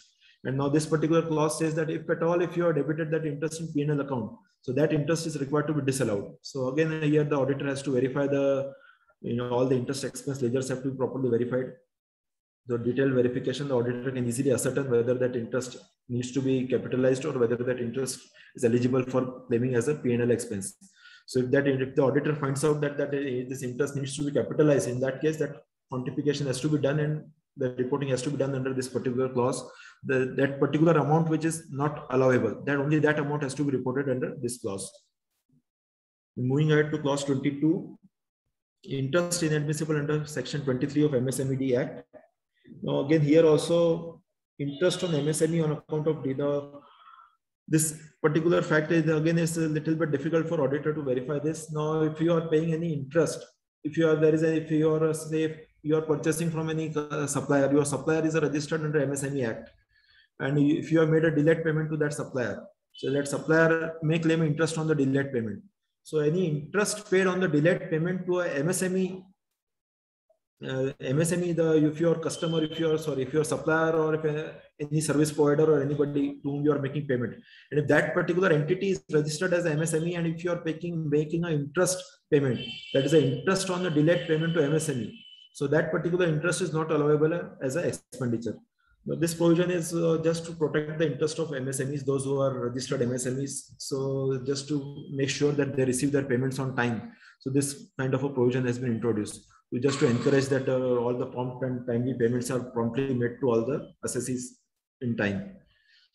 Next clause is clause 23. Particulars of payment made to persons under section 40A2 clause B. And this is also a very important clause, and this also most of the times the reporting is required. And if you see, almost I think 80 to 90% of the audit reports, what I have seen, that this particular clause, the reporting is usually there. So it is very common for a business, for a family-owned business, it is very common to introduce unsecured loans from friends and family members, and then payments, interest is paid on those loans. It may happen that in a joint family, big businesses, there are business may be registered in the name of one or two persons. They may be only two persons are partners, but the family, other 3 persons of the family are also working in the business. And those 3 who are working in the business, they are drawing salary from the said business. A proprietary firm, a proprietor may pay a salary to his younger brother or his son or anybody. So all these things require reporting under this particular clause. Now, another important point I would like to make a mention here is that definition of relative is very important. Now, friends, if you see in the Income Tax Act, the definition of relative has a different definition under different provisions of Income Tax Act. If you see section 56, for the purpose of section 56, the definition of relative is very vast and very wide definition. Whereas if you, this particular section, what we are talking about, section 40A2 clause B, here the definition of relative is very narrow.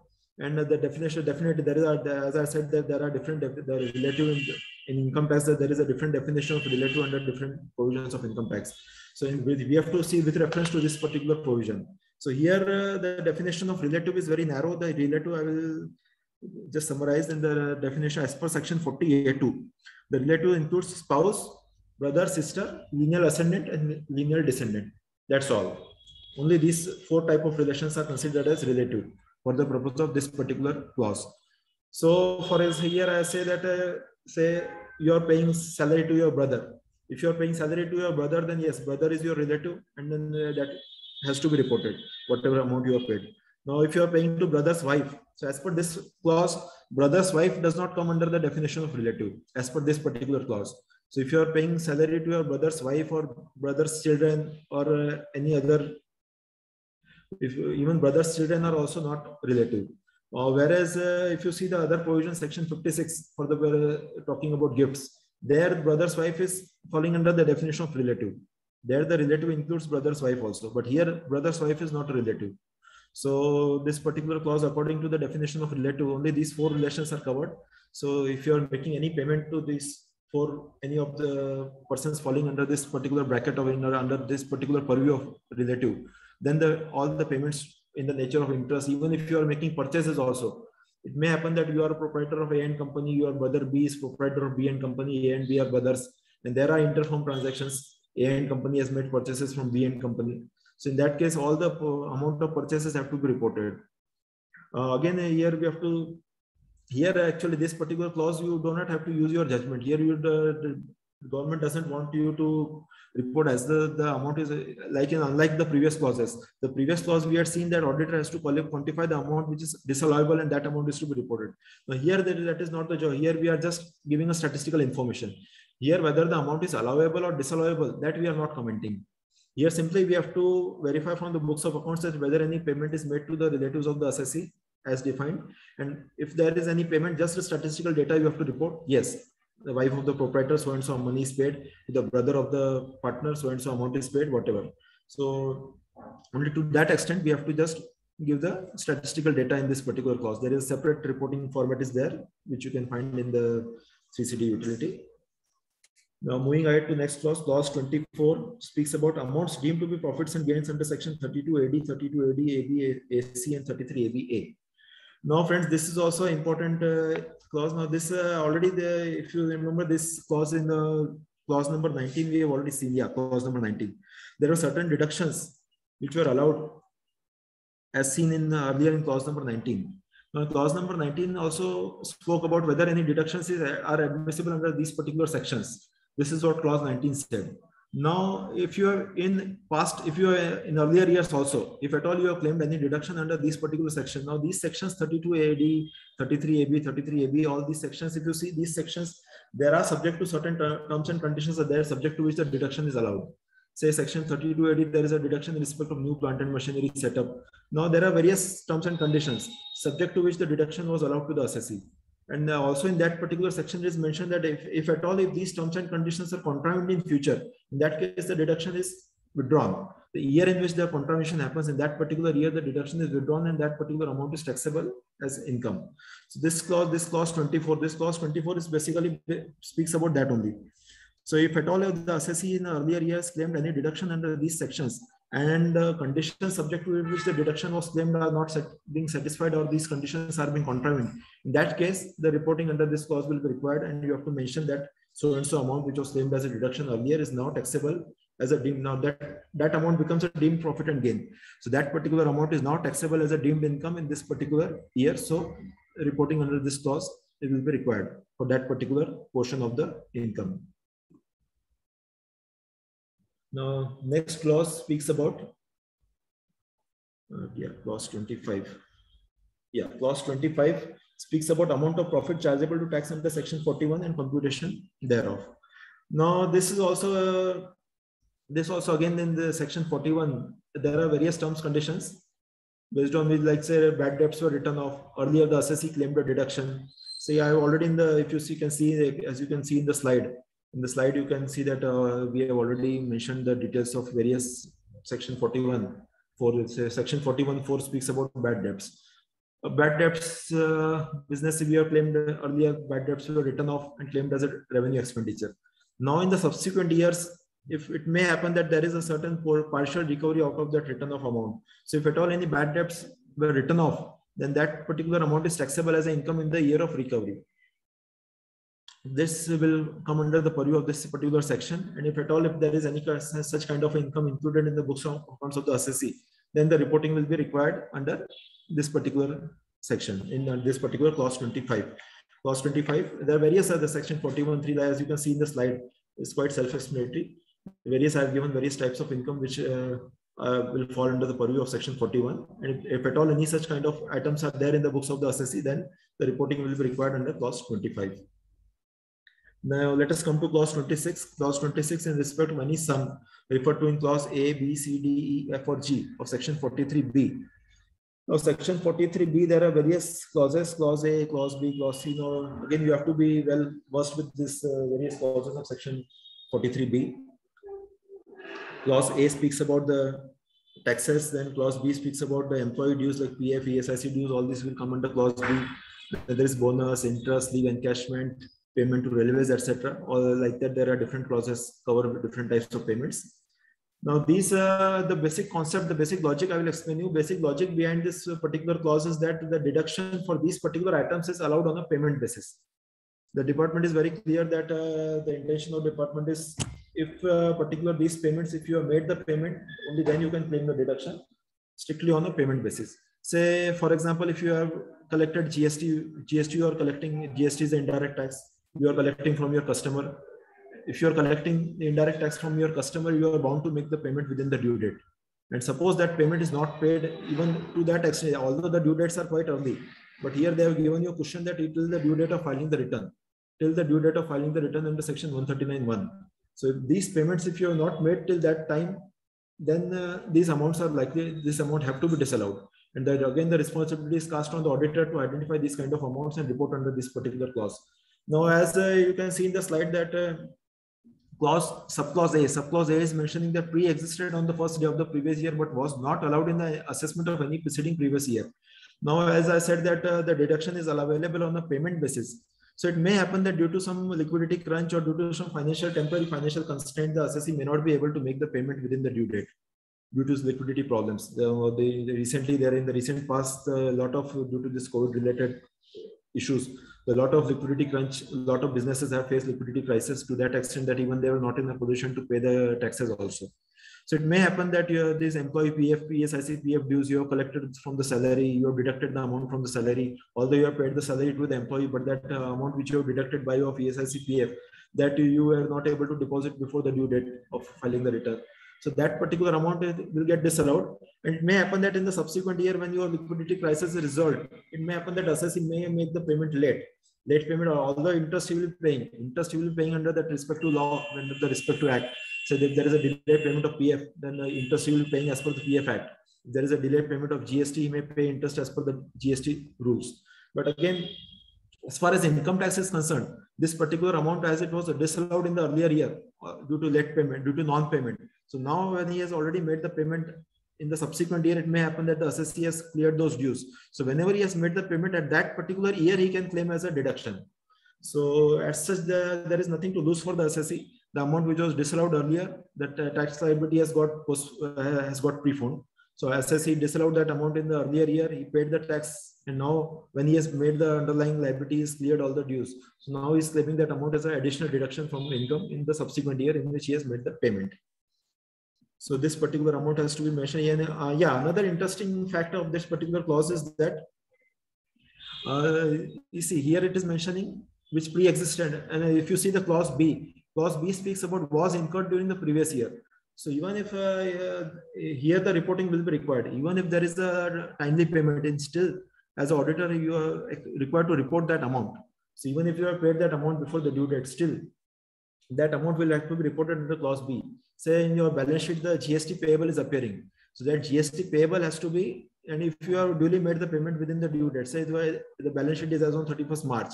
So 31st March balance sheet is appearing as payable, in the first week of April you have already paid, before the due date you already paid that GST. So still the reporting will be required in this clause, under clause B. Under clause B you have to mention, yes, GST payable appearing in the balance sheet is rupees so and so, and the amount is paid. You have to certify.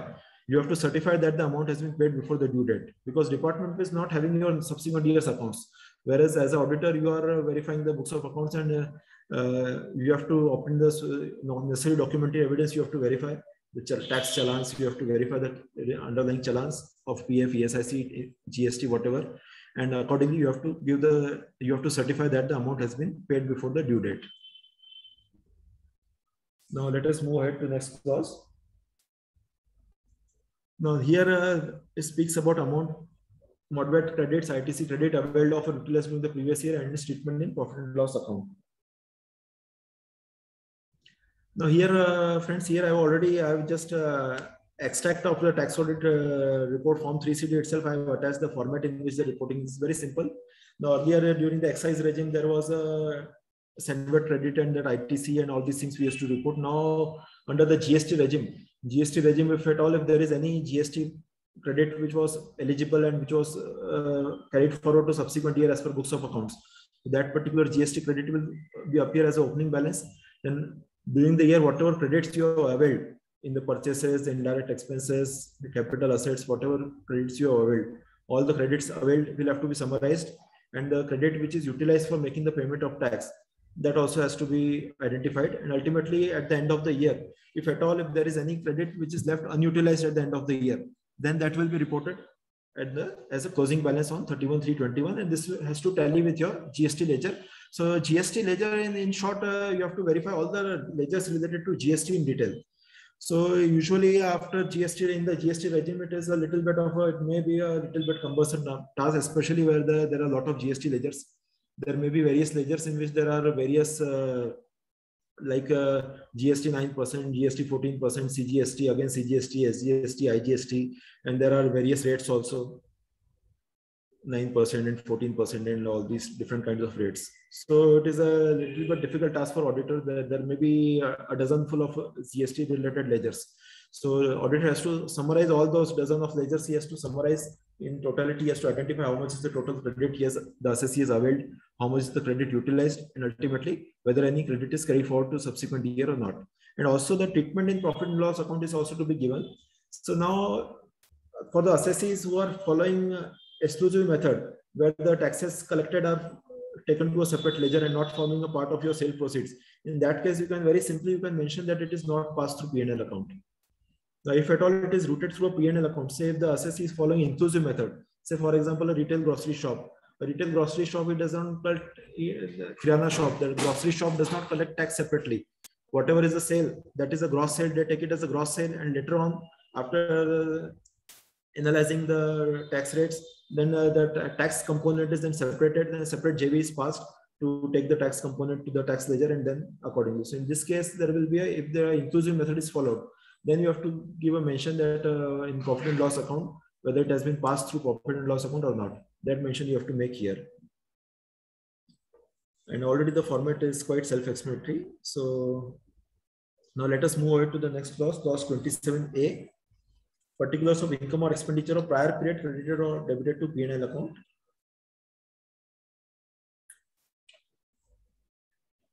Now this clause is also, this is very simple. It is asking a very simple question. Particulars of prior period item. Now this may happen, it again it's a very rare phenomenon. Say in the last year there was no provision for expense. Say electricity bill for the month of March was not provided in the month of March, and whereas the payment was made in the subsequent year. March month's bill you are paying it in the month of April, and you failed to make a provision in the month of March last year.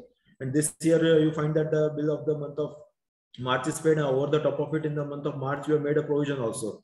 So overall 13 months expenses are debited in P&L. So that one particular month, the first bill which you have paid in the month of April, which was pertaining to the month of March, that will be treated as prior period. So this is just a small example I have shared. It may happen that various other expenses also say payment to auditors also many times happens, that payment to consultants, the services of the consultants are availed, but the provisions have not been made. Provisions are made in subsequent year. Subsequent year, the bill has been raised and you have made a payment against that bill, but the services pertain to the earlier year. So all these kind of items may come under the prior period, under purview of prior period items, and that will have to be reported in this particular clause.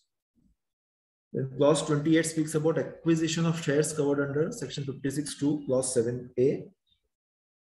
Now here this is applicable only in case of a closely held company. In case of a in case your assessee acquires the shares of any closely held company, and if that shares are acquired for a consideration which is not adequate, or which is acquired for under consideration or no consideration, in that case the reporting will be required under this particular clause. Similar is the next clause. Clause 29 is also pertaining clause 29 is also pertaining to acquisition of share. Here this clause 29 is for issuer of shares. So if you are auditing the books of a company, in case of company issuing shares, the shares are issued at a price which is less than the fair value. In that case, the reporting will be required under this clause 29. This is applicable only to company being issuer of shares. Then next clause, clause 29A, whether any amount is to be included as income chargeable under the head income from other sources as referred to in section 56(2), clause 9. Now section 56(2), clause 9 pertains to forfeited advance for transfer of capital asset. So this, if you have taken any advance, for sale of immobile, if you are having any capital asset you are owning, and if you have taken any advance for the sale of, for the purpose of sale of that asset, and later on if your deal does not get materialized, if the deal gets cancelled, and if you are forfeiting that particular advance you have forfeited, so this forfeited amount will be treated as income. There is a specific provision under section 56(2), clause 9, that this kind of amount which is forfeited, that will be treated as your income, and accordingly the auditor is required to verify whether there is any such kind of a transaction, and the reporting is to be done under this particular clause. The clause 29B speaks about any amount included as income chargeable under the head income of others as referred to in 56(2), clause 10. Now 56(2), clause 10 is this is very important section, friends. Here also this speaks about any benefits which the assessee is receiving, with any unjust benefits. The basic logic behind all these clauses is that only. So if the assessee has received any gifts from a non-related, gifts up to 50,000 are not taxable, but in excess of 50,000, if the assessee has received any gift from an unrelated person, that is taxable as an income. Then again, this 50,000 can be by way of cash or even a non-monetary benefit also. If the assessee has received any immovable property, the value of which is more than 50,000, even that is taxable as income from other sources. Even the cases of undervaluation are covered. Now, this is a very important provision, friends. Suppose if a assessee has purchased a property, assessee has made a purchase of a property, the stamp duty government valuation of that property is say 50 lakhs and the assessee has purchased it for only 40 lakhs. So there is a 10 lakh rupees under consideration with reference to the stamp duty valuation. So this particular provision says that the difference of 10 lakhs will be taxable as income from other sources. This is a very draconian and a very dangerous provision. And there is a cushion of only 10%. Earlier it was 5%. Now it has been increased to 10%. So up to 10% is allowed. So say if you have executed a sale deed for say 46 lakhs, you have executed sale deed. So 10 lakhs, 10% you added to that, that will exceed 50. So if the government value is 50 and they have given a cushion of 5%. The variation is more than 5%. In that case, the entire amount will be taxable as income from other sources. So like we had seen earlier in that section 50C, section 43C also I had made a mention in my earlier part of the presentation. So there, as we had seen that this is basically there is a clear-cut double taxation. So if I am a buyer of the property and assessee is a seller, one is a buyer and seller. So if the seller of the property is getting taxed under section 50C, that section 50C says that the stamp duty value will be treated as a full value of consideration, deemed sale consideration, it says. So that deemed sale consideration already has offered that difference of 10 lakhs, he has already suffered the tax, the seller also. Now here, the buyer also is required to pay tax on this amount as income from other sources. Because the buyer has got that property, which is as per government, the property is worth 50 lakhs. As the stamp duty value is 50 lakhs. So what the department says that the worth of the property is 50 lakhs and you have purchased for only 40 lakhs. So you have got that 10 lakh rupees, you have got unjust benefit. So that 10 lakh rupees, you show it as income from other sources and pay tax on it. This is the logic behind this provision. And as an auditor, again, we have to, these particular things, we have to obtain representation from the assessee. If at all the assessee are entered into any such kind of transactions, we have to carefully verify the documents pertaining to the conveyance deed, sale deed, and all these documents we have to carefully scrutinize and obtain from the assessee. And accordingly, the reporting is required under this particular clause. Then next clause is, how much time I have, Jitin bhai? Yeah, still few clauses are remaining. Yeah, the few clauses are there. So 10-15 minutes, can I take additional? Okay, thank you.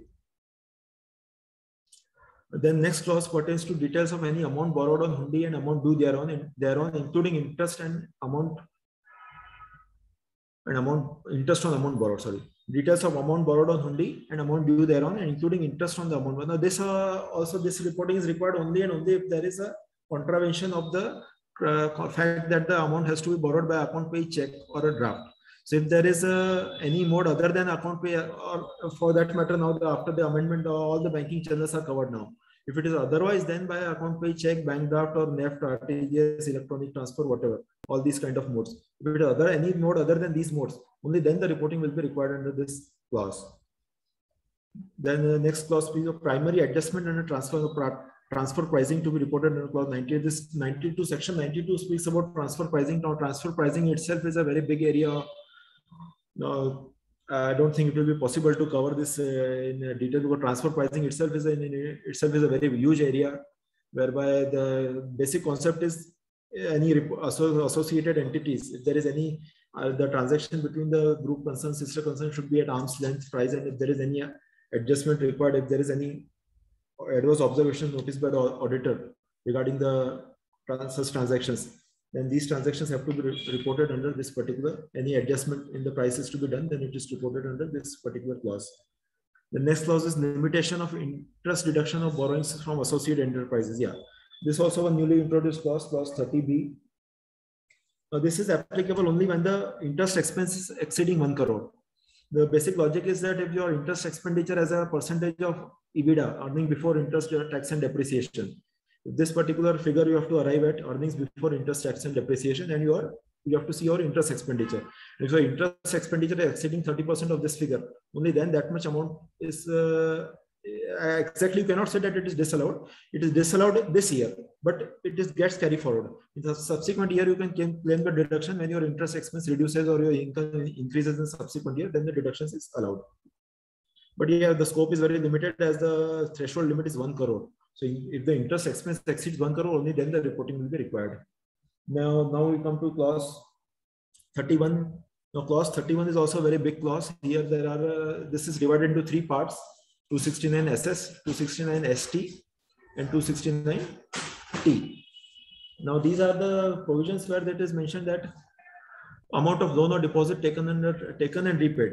So both are covered under section 269 SS. If you have taken in, I have given this format also I have given in the slide. This is exactly I have replicated from that 3CD annexure.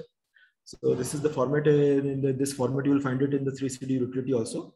Name of the depositor, name, address, PAN number, amount of loan or deposit taken, whether the account was squared up, then maximum amount outstanding at any point of time. This is, you have to read carefully this particular, at any point of time during the previous year. This is important.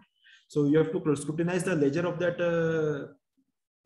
borrower, the person from whom you have taken any unsecured loan. So you have to, that loans liability ledger, you have to scrutinize in detail from whatever unsecured loans you have taken in the business. Only the exception is that banks are exception. So even that NBFCs are covered here. So like say, for example, if you have borrowed from this Bajaj Finance or this Mahindra or this any kind of a private NBFC. So from private NBFC, if you're borrowing, even that also is covered under this clause. So that reporting also required. So maximum also, it may happen that from your sister concerns, group concerns, lot of transactions are there, amount taken, repaid. So in that case, you have to identify the maximum amount which is outstanding at any particular time, and that has to be reported. Then similarly, in the next clause is pertaining to this is one taken, then there is a specified sum. Now the specified sum is applicable only in case of a builder or in case of assessee. In case of a builder, the reporting is vast. In case of other assessee, only if they have received any amount in pursuance of sale of an immovable property or in contemplation of a sale of an immovable property, only then reporting will be required under 269 ST. Then 269, yeah, this is any specified sum I was talking about. Yeah, the specified sum is there. Then the specified sum is defined as in any amount received in contemplation of sale of immovable property. So if you are doing audit of any builder, in that case, the reporting will be very vast in this particular clause. There are huge reporting. There are a lot of customers, lot of booking money, like builders like this Raja, Iran, and then the big builders, they receive thousands of customers are paying booking money to them. So all these data has to be reported in this particular clause, and then whether you have received by account pay check, mode of payment, account pay check, draft, or otherwise, or ECS or whatever, that all things you have to mention in the format. The format is of a similar nature. This format which I have shown in the previous slide, the same format you have to give the information. Then after that, there is a newly introduced provision about particulars of any sum in excess of 2 lakh rupees taken in a single day in respect of a single transaction. This also section 269T. Section 269T also has, you have to verify whether any such kind of a sum is there in the, any such kind of amount is there in the books of the assessee. So this the scope of is very wide of this section. So again, you have to thoroughly verify the books of the assessee from this point. From this particular angle, actually, you have to make us okay. All in the audit, during the course of audit, you have done vouching and everything you have done. But when you do the ledger scrutiny, you have to focus the ledger scrutiny from this particular angle. So you have to keep all these provisions in mind at the time of scrutinizing the ledger. So you must make sure that, yeah, at the time of ledger, I have to make this report. I have to find out the information as per so and so sections. So you have to make you have to plan your audit accordingly, and the ledger scrutiny has to be directed in that particular direction. And similarly, this was taken, and all the repayments also have to be mentioned in the similar manner, in the similar format. So that format I have not repeated. The same format is more or less similar. Then let us move to the next clause, clause 32A, brought forward loss or depreciation. Particulars of brought forward loss and depreciation have to be mentioned. So here also you have to verify the returns to be verified with the ITRs of the previous, if at all there are any losses in the earlier years and that losses have been carried forward. So that brought forward figure has to be reported in this clause. Then moving ahead to the next clause. Yeah. Now these are all very self-explanatory, other simple clauses, whether there is any change in the shareholding of a company. Now this is again, this clause is applicable only to closely held companies. Then whether the assessee has incurred any speculation loss as referred to in section 73. Then whether the assessee has incurred any loss as referred to in 73A. Loss of a specified person set off against the loss of a specified business should be set off against profit of any other specified business of section 35 AD. So these are all quite self-explanatory. Section 73, there is any speculative loss that has to be reported. Then clause 33 speaks about the deductions admissible under chapter 6A. Chapter 6A, as we all know, the various provisions of Chapter 6A. Here also from those items which are forming a part of books of accounts, if he has made any, if the assessee has paid any mediclaim premium and that amount is debited to the partners of proprietors capital account. So you know that mediclaim is eligible under section 80D. So that particular reporting is required under this clause. So all those items which are eligible for Chapter 6A deduction, that have to be covered. Now another important area is that TDS. TDS is again a very vast area. Yeah, tax audit, as I mentioned earlier, that in the section when we were seeing that clause 40A, when we were discussing at that time, I already mentioned about the TDS also. So as you all know that our auditor, we are verifying that, you know, here this particular, this I have given a sample, I have given of some one particular assessee, I have just shared a samples reporting, which kind of a reporting is required. Now to be very short and precise, I will just mention that in this particular, as you can see in this table, this sample, this is just already we are verifying as an auditor, we are verifying the compliance of TDS provisions. So if at all, if there is any non-compliance, the last three columns, as you can see, all 000 is mentioned. So if at all, if there is any non-compliance of TDS, only then the figures will come in those three columns. Otherwise, all the remaining figures are just statistical data. The total amount of expenditure, out of that, the amount which is liable for TDS, out of that, the amount on which the TDS is deducted, and the amount of TDS. It's very simple. So you have to, section wise, you have to identify from the books of accounts under the various heads of expenses, you have to scrutinize the various heads of expenses, and based on that, you have to arrive at these figures. And the information is required to be reported in the table, as you can see on the slide. Then the next part is then whether all the TDS returns have been furnished within the due date or not. This also the auditor has to certify. So again, we have to verify all the acknowledgements of TDS returns and whether the date of furnishing is to be mentioned here. So if at all there is anything return beyond the due date, then there are late filing fees and all these things that department will calculate. But here as an auditor, you just have to mention the date of filing. And then again, the next this is also pertaining to TDS. Here also you have to mention if at all any interest. Now here I would suggest that better you obtain from the traces where the TDS returns are processed. Simply if you obtain the traces user ID and password from the client, and if you can log in the traces and see the default summary, your job is done. If at all there is any interest liability and if the interest is not paid by the assessee, in the traces it will show as a default in the default summary of that particular quarter. So simply from there you can get this information if there is any late payment of TDS, whether the interest is payable and whether interest is paid or not. This you have to identify. So if there is any delayed payment of TDS, that will definitely at the time of processing the TDS return, the traces will flag out that, and that you can get the information from there also. And from books also you can identify. If there is any late payment, then reporting will be required under this clause. So with this, after this TDS, now we proceed to this section clause 35. This is also, now this speaks about the inventory, this quantitative details of inventory. This is also, again friends, this is also as an auditor, actually, to be very frank, as an auditor, this is a very laborious job for auditor. Now this is just, they are asking for a statistical data. As such, we are not using any judgment or any diligence or any analytical skills are not involved. It's purely a statistical data is to be extracted and reported. So this is purely a clerical job. We just have to, from the quantitative details of various items. In case I have given this is trading concern, it is very simple. This example which I have shared on the slide, this pertains to the manufacturing concern. So that raw materials, then units of measurement, quantity, opening, purchases, consumption, and all these things. And this is always advisable to get this data certified by the client. And with the closing balance figures, we will definitely verify from the books of accounts. If the stock records are maintained, it will be verified from there. And if the stock records are not maintained, in that case, we have to get these figures certified from the client and report it in this particular format. Now, the next clause pertains to, yeah, this is now in case of a domestic company. Yeah. Now this may not be applicable because this earlier there was a tax on distribution of dividend. Now the dividend itself has become taxable in the hands of the shareholder. So as such, the practical relevance of this clause is now almost finished now. Only exceptionally, only in case of deemed dividend under section 222E, the reporting will be required under this clause. If at all that amount is, I hope you may be aware about the deemed dividend provision. So if there is any amount which is deemed as dividend, so if there is any, say for example, if any director has borrowed from the company, which is not allowed as per the company law, in that case the amount is which is borrowed by the director is taking the amount borrowing unsecured loan from his company, as such, the company is not allowed to give any unsecured loan. But if at all the director has taken, in that case, that amount will be treated as deemed dividend and will be taxed as the income of the director. So it is a very dangerous provision. Usually, nobody dares to take this particular provision in hand. So it's very well understood by all the directors of the company. So nobody dares to mess up this with this provision usually. Then these are also very simple clauses. Clause 37, 38, 39. This speaks about these three clauses. The concept is similar, whether any audit was conducted under any other act. So if there's any audit, whether the cost audit was carried out, or whether audit was carried out under Central Excise Act, or whether under this Finance Act 1994. Now, after the advent of after GST, the relevance is now over. Now these are no separate.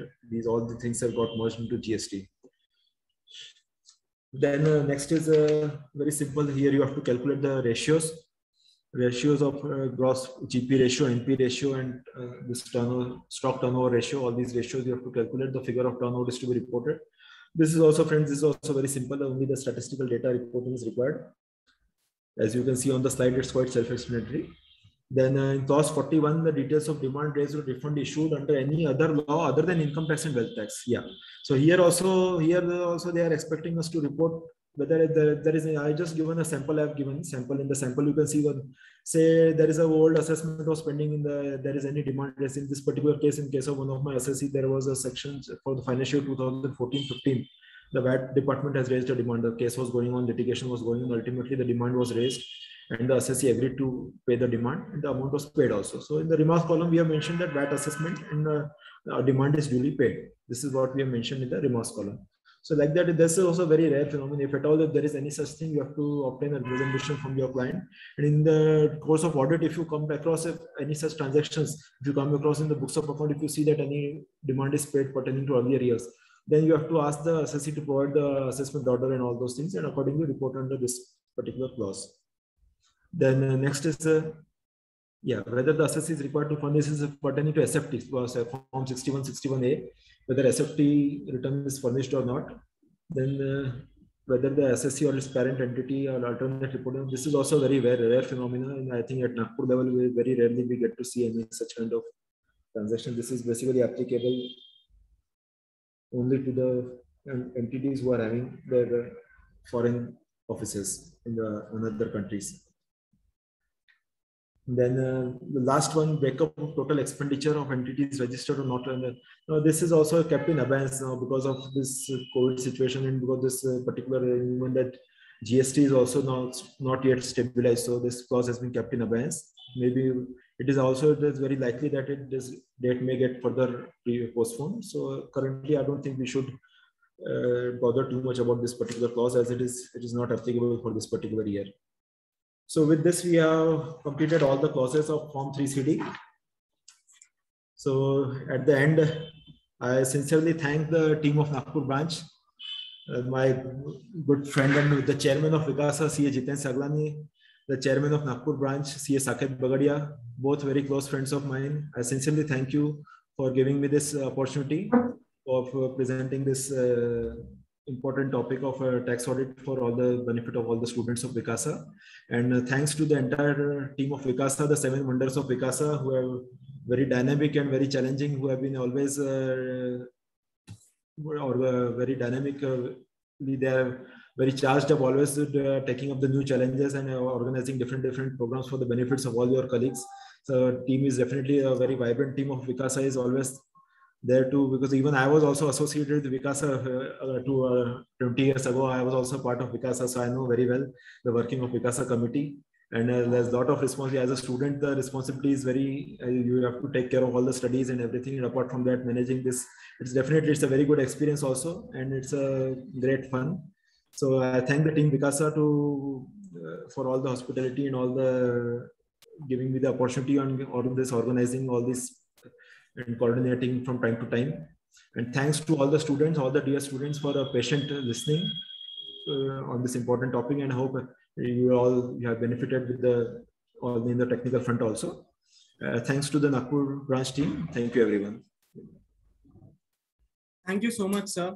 It was indeed a wonderful session. We have learned so many new things from you, sir.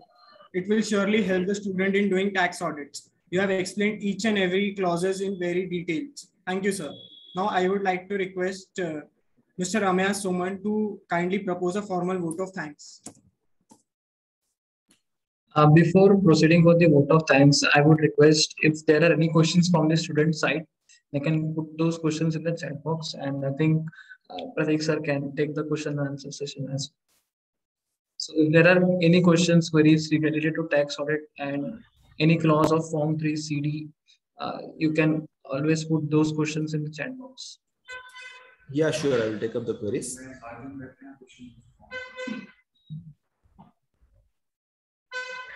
There is one question. If company auditor and tax auditor are different, then which forms are required to be filled? Yeah. This may happen that a company auditor may be different and tax auditor may be different. It is many times it has happened. It's a common phenomenon. Many cases we find that in this case, as I said in the very beginning of my presentation, as I had mentioned that Form 3CA, 3CB and Form 3CB, 3CA, 3CD and 3CB, 3CD.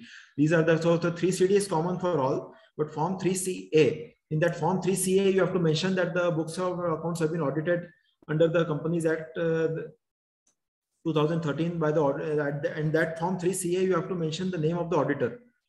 If you say, if I am doing the tax audit and the company audit is done by some other auditor, so the name of that other auditor and the date of audit report, even that particular audit report is also required to be annexed to the tax audit report.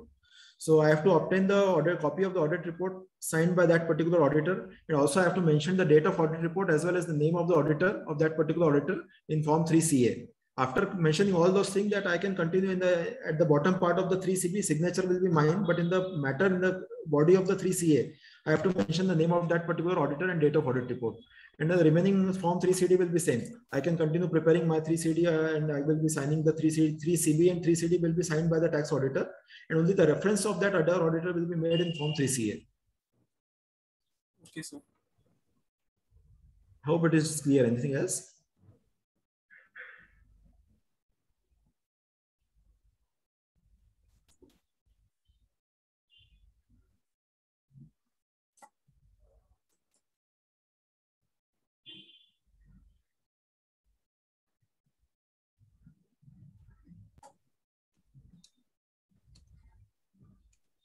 Friends, if you have any further questions, you can always put them in the chat box.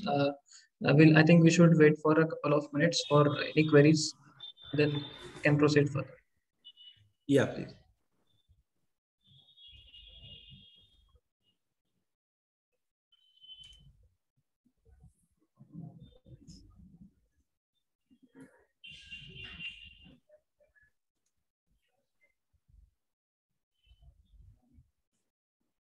Sir, I would also request if it is possible from your end to share the PPT with the attendees in the webinar. So if it is possible from your end, you can kindly share. Yeah, sure. The PPT will be provided. I think I'm sitting at Nagpur branch only. I'm sitting. Already the laptop which I'm using, already it has been shared on that. So that can be shared with the attendees. No problem. Thank you so much. Thank you so much. Thank you. Okay, thank you.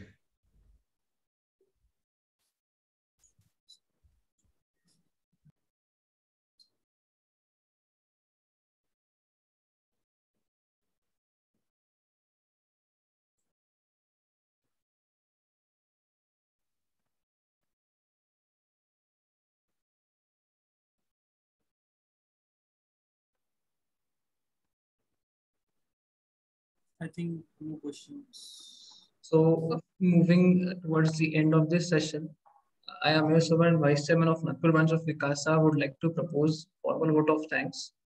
First of all, I would like to express my gratitude towards the speaker for today's session on tax audit, CA Pratik Palan sir, who has agreed to take this clause by clause analysis of tax audit.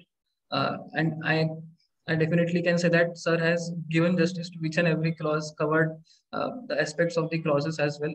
So again, I am very much thankful for the efforts you put in for the students, sir. I would also thank CA Jiten Saglani, Chairman Nagpur branch of WICASA, and CA Sakit Bagriya sir, Chairman Nagpur branch of ICAI, and the entire managing committee of the Nagpur branch for the forever providing the support and the encouragement to the Nagpur branch of WICASA and encouraging these types of activities for the students as well. Last but not the least, I would also thank the student attendees who have joined this session and taken the benefit out of it. And I now request everyone to please put on your cameras for a group screenshot. Requesting everyone to please put on the cameras.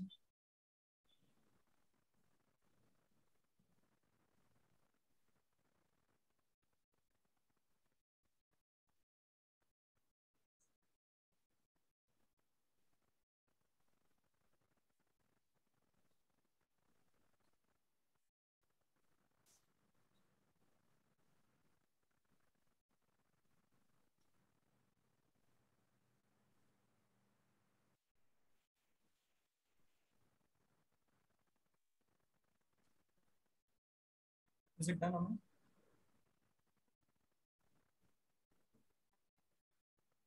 Yes, thank you so much, everyone.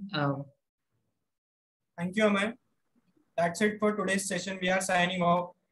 Hope to see you all tomorrow for the second day of tax audit webinar. Thank you. The attendees should note that the tomorrow session will be you will be live on the same link. That this particular link will be available for tomorrow's session as well. So kindly take this note.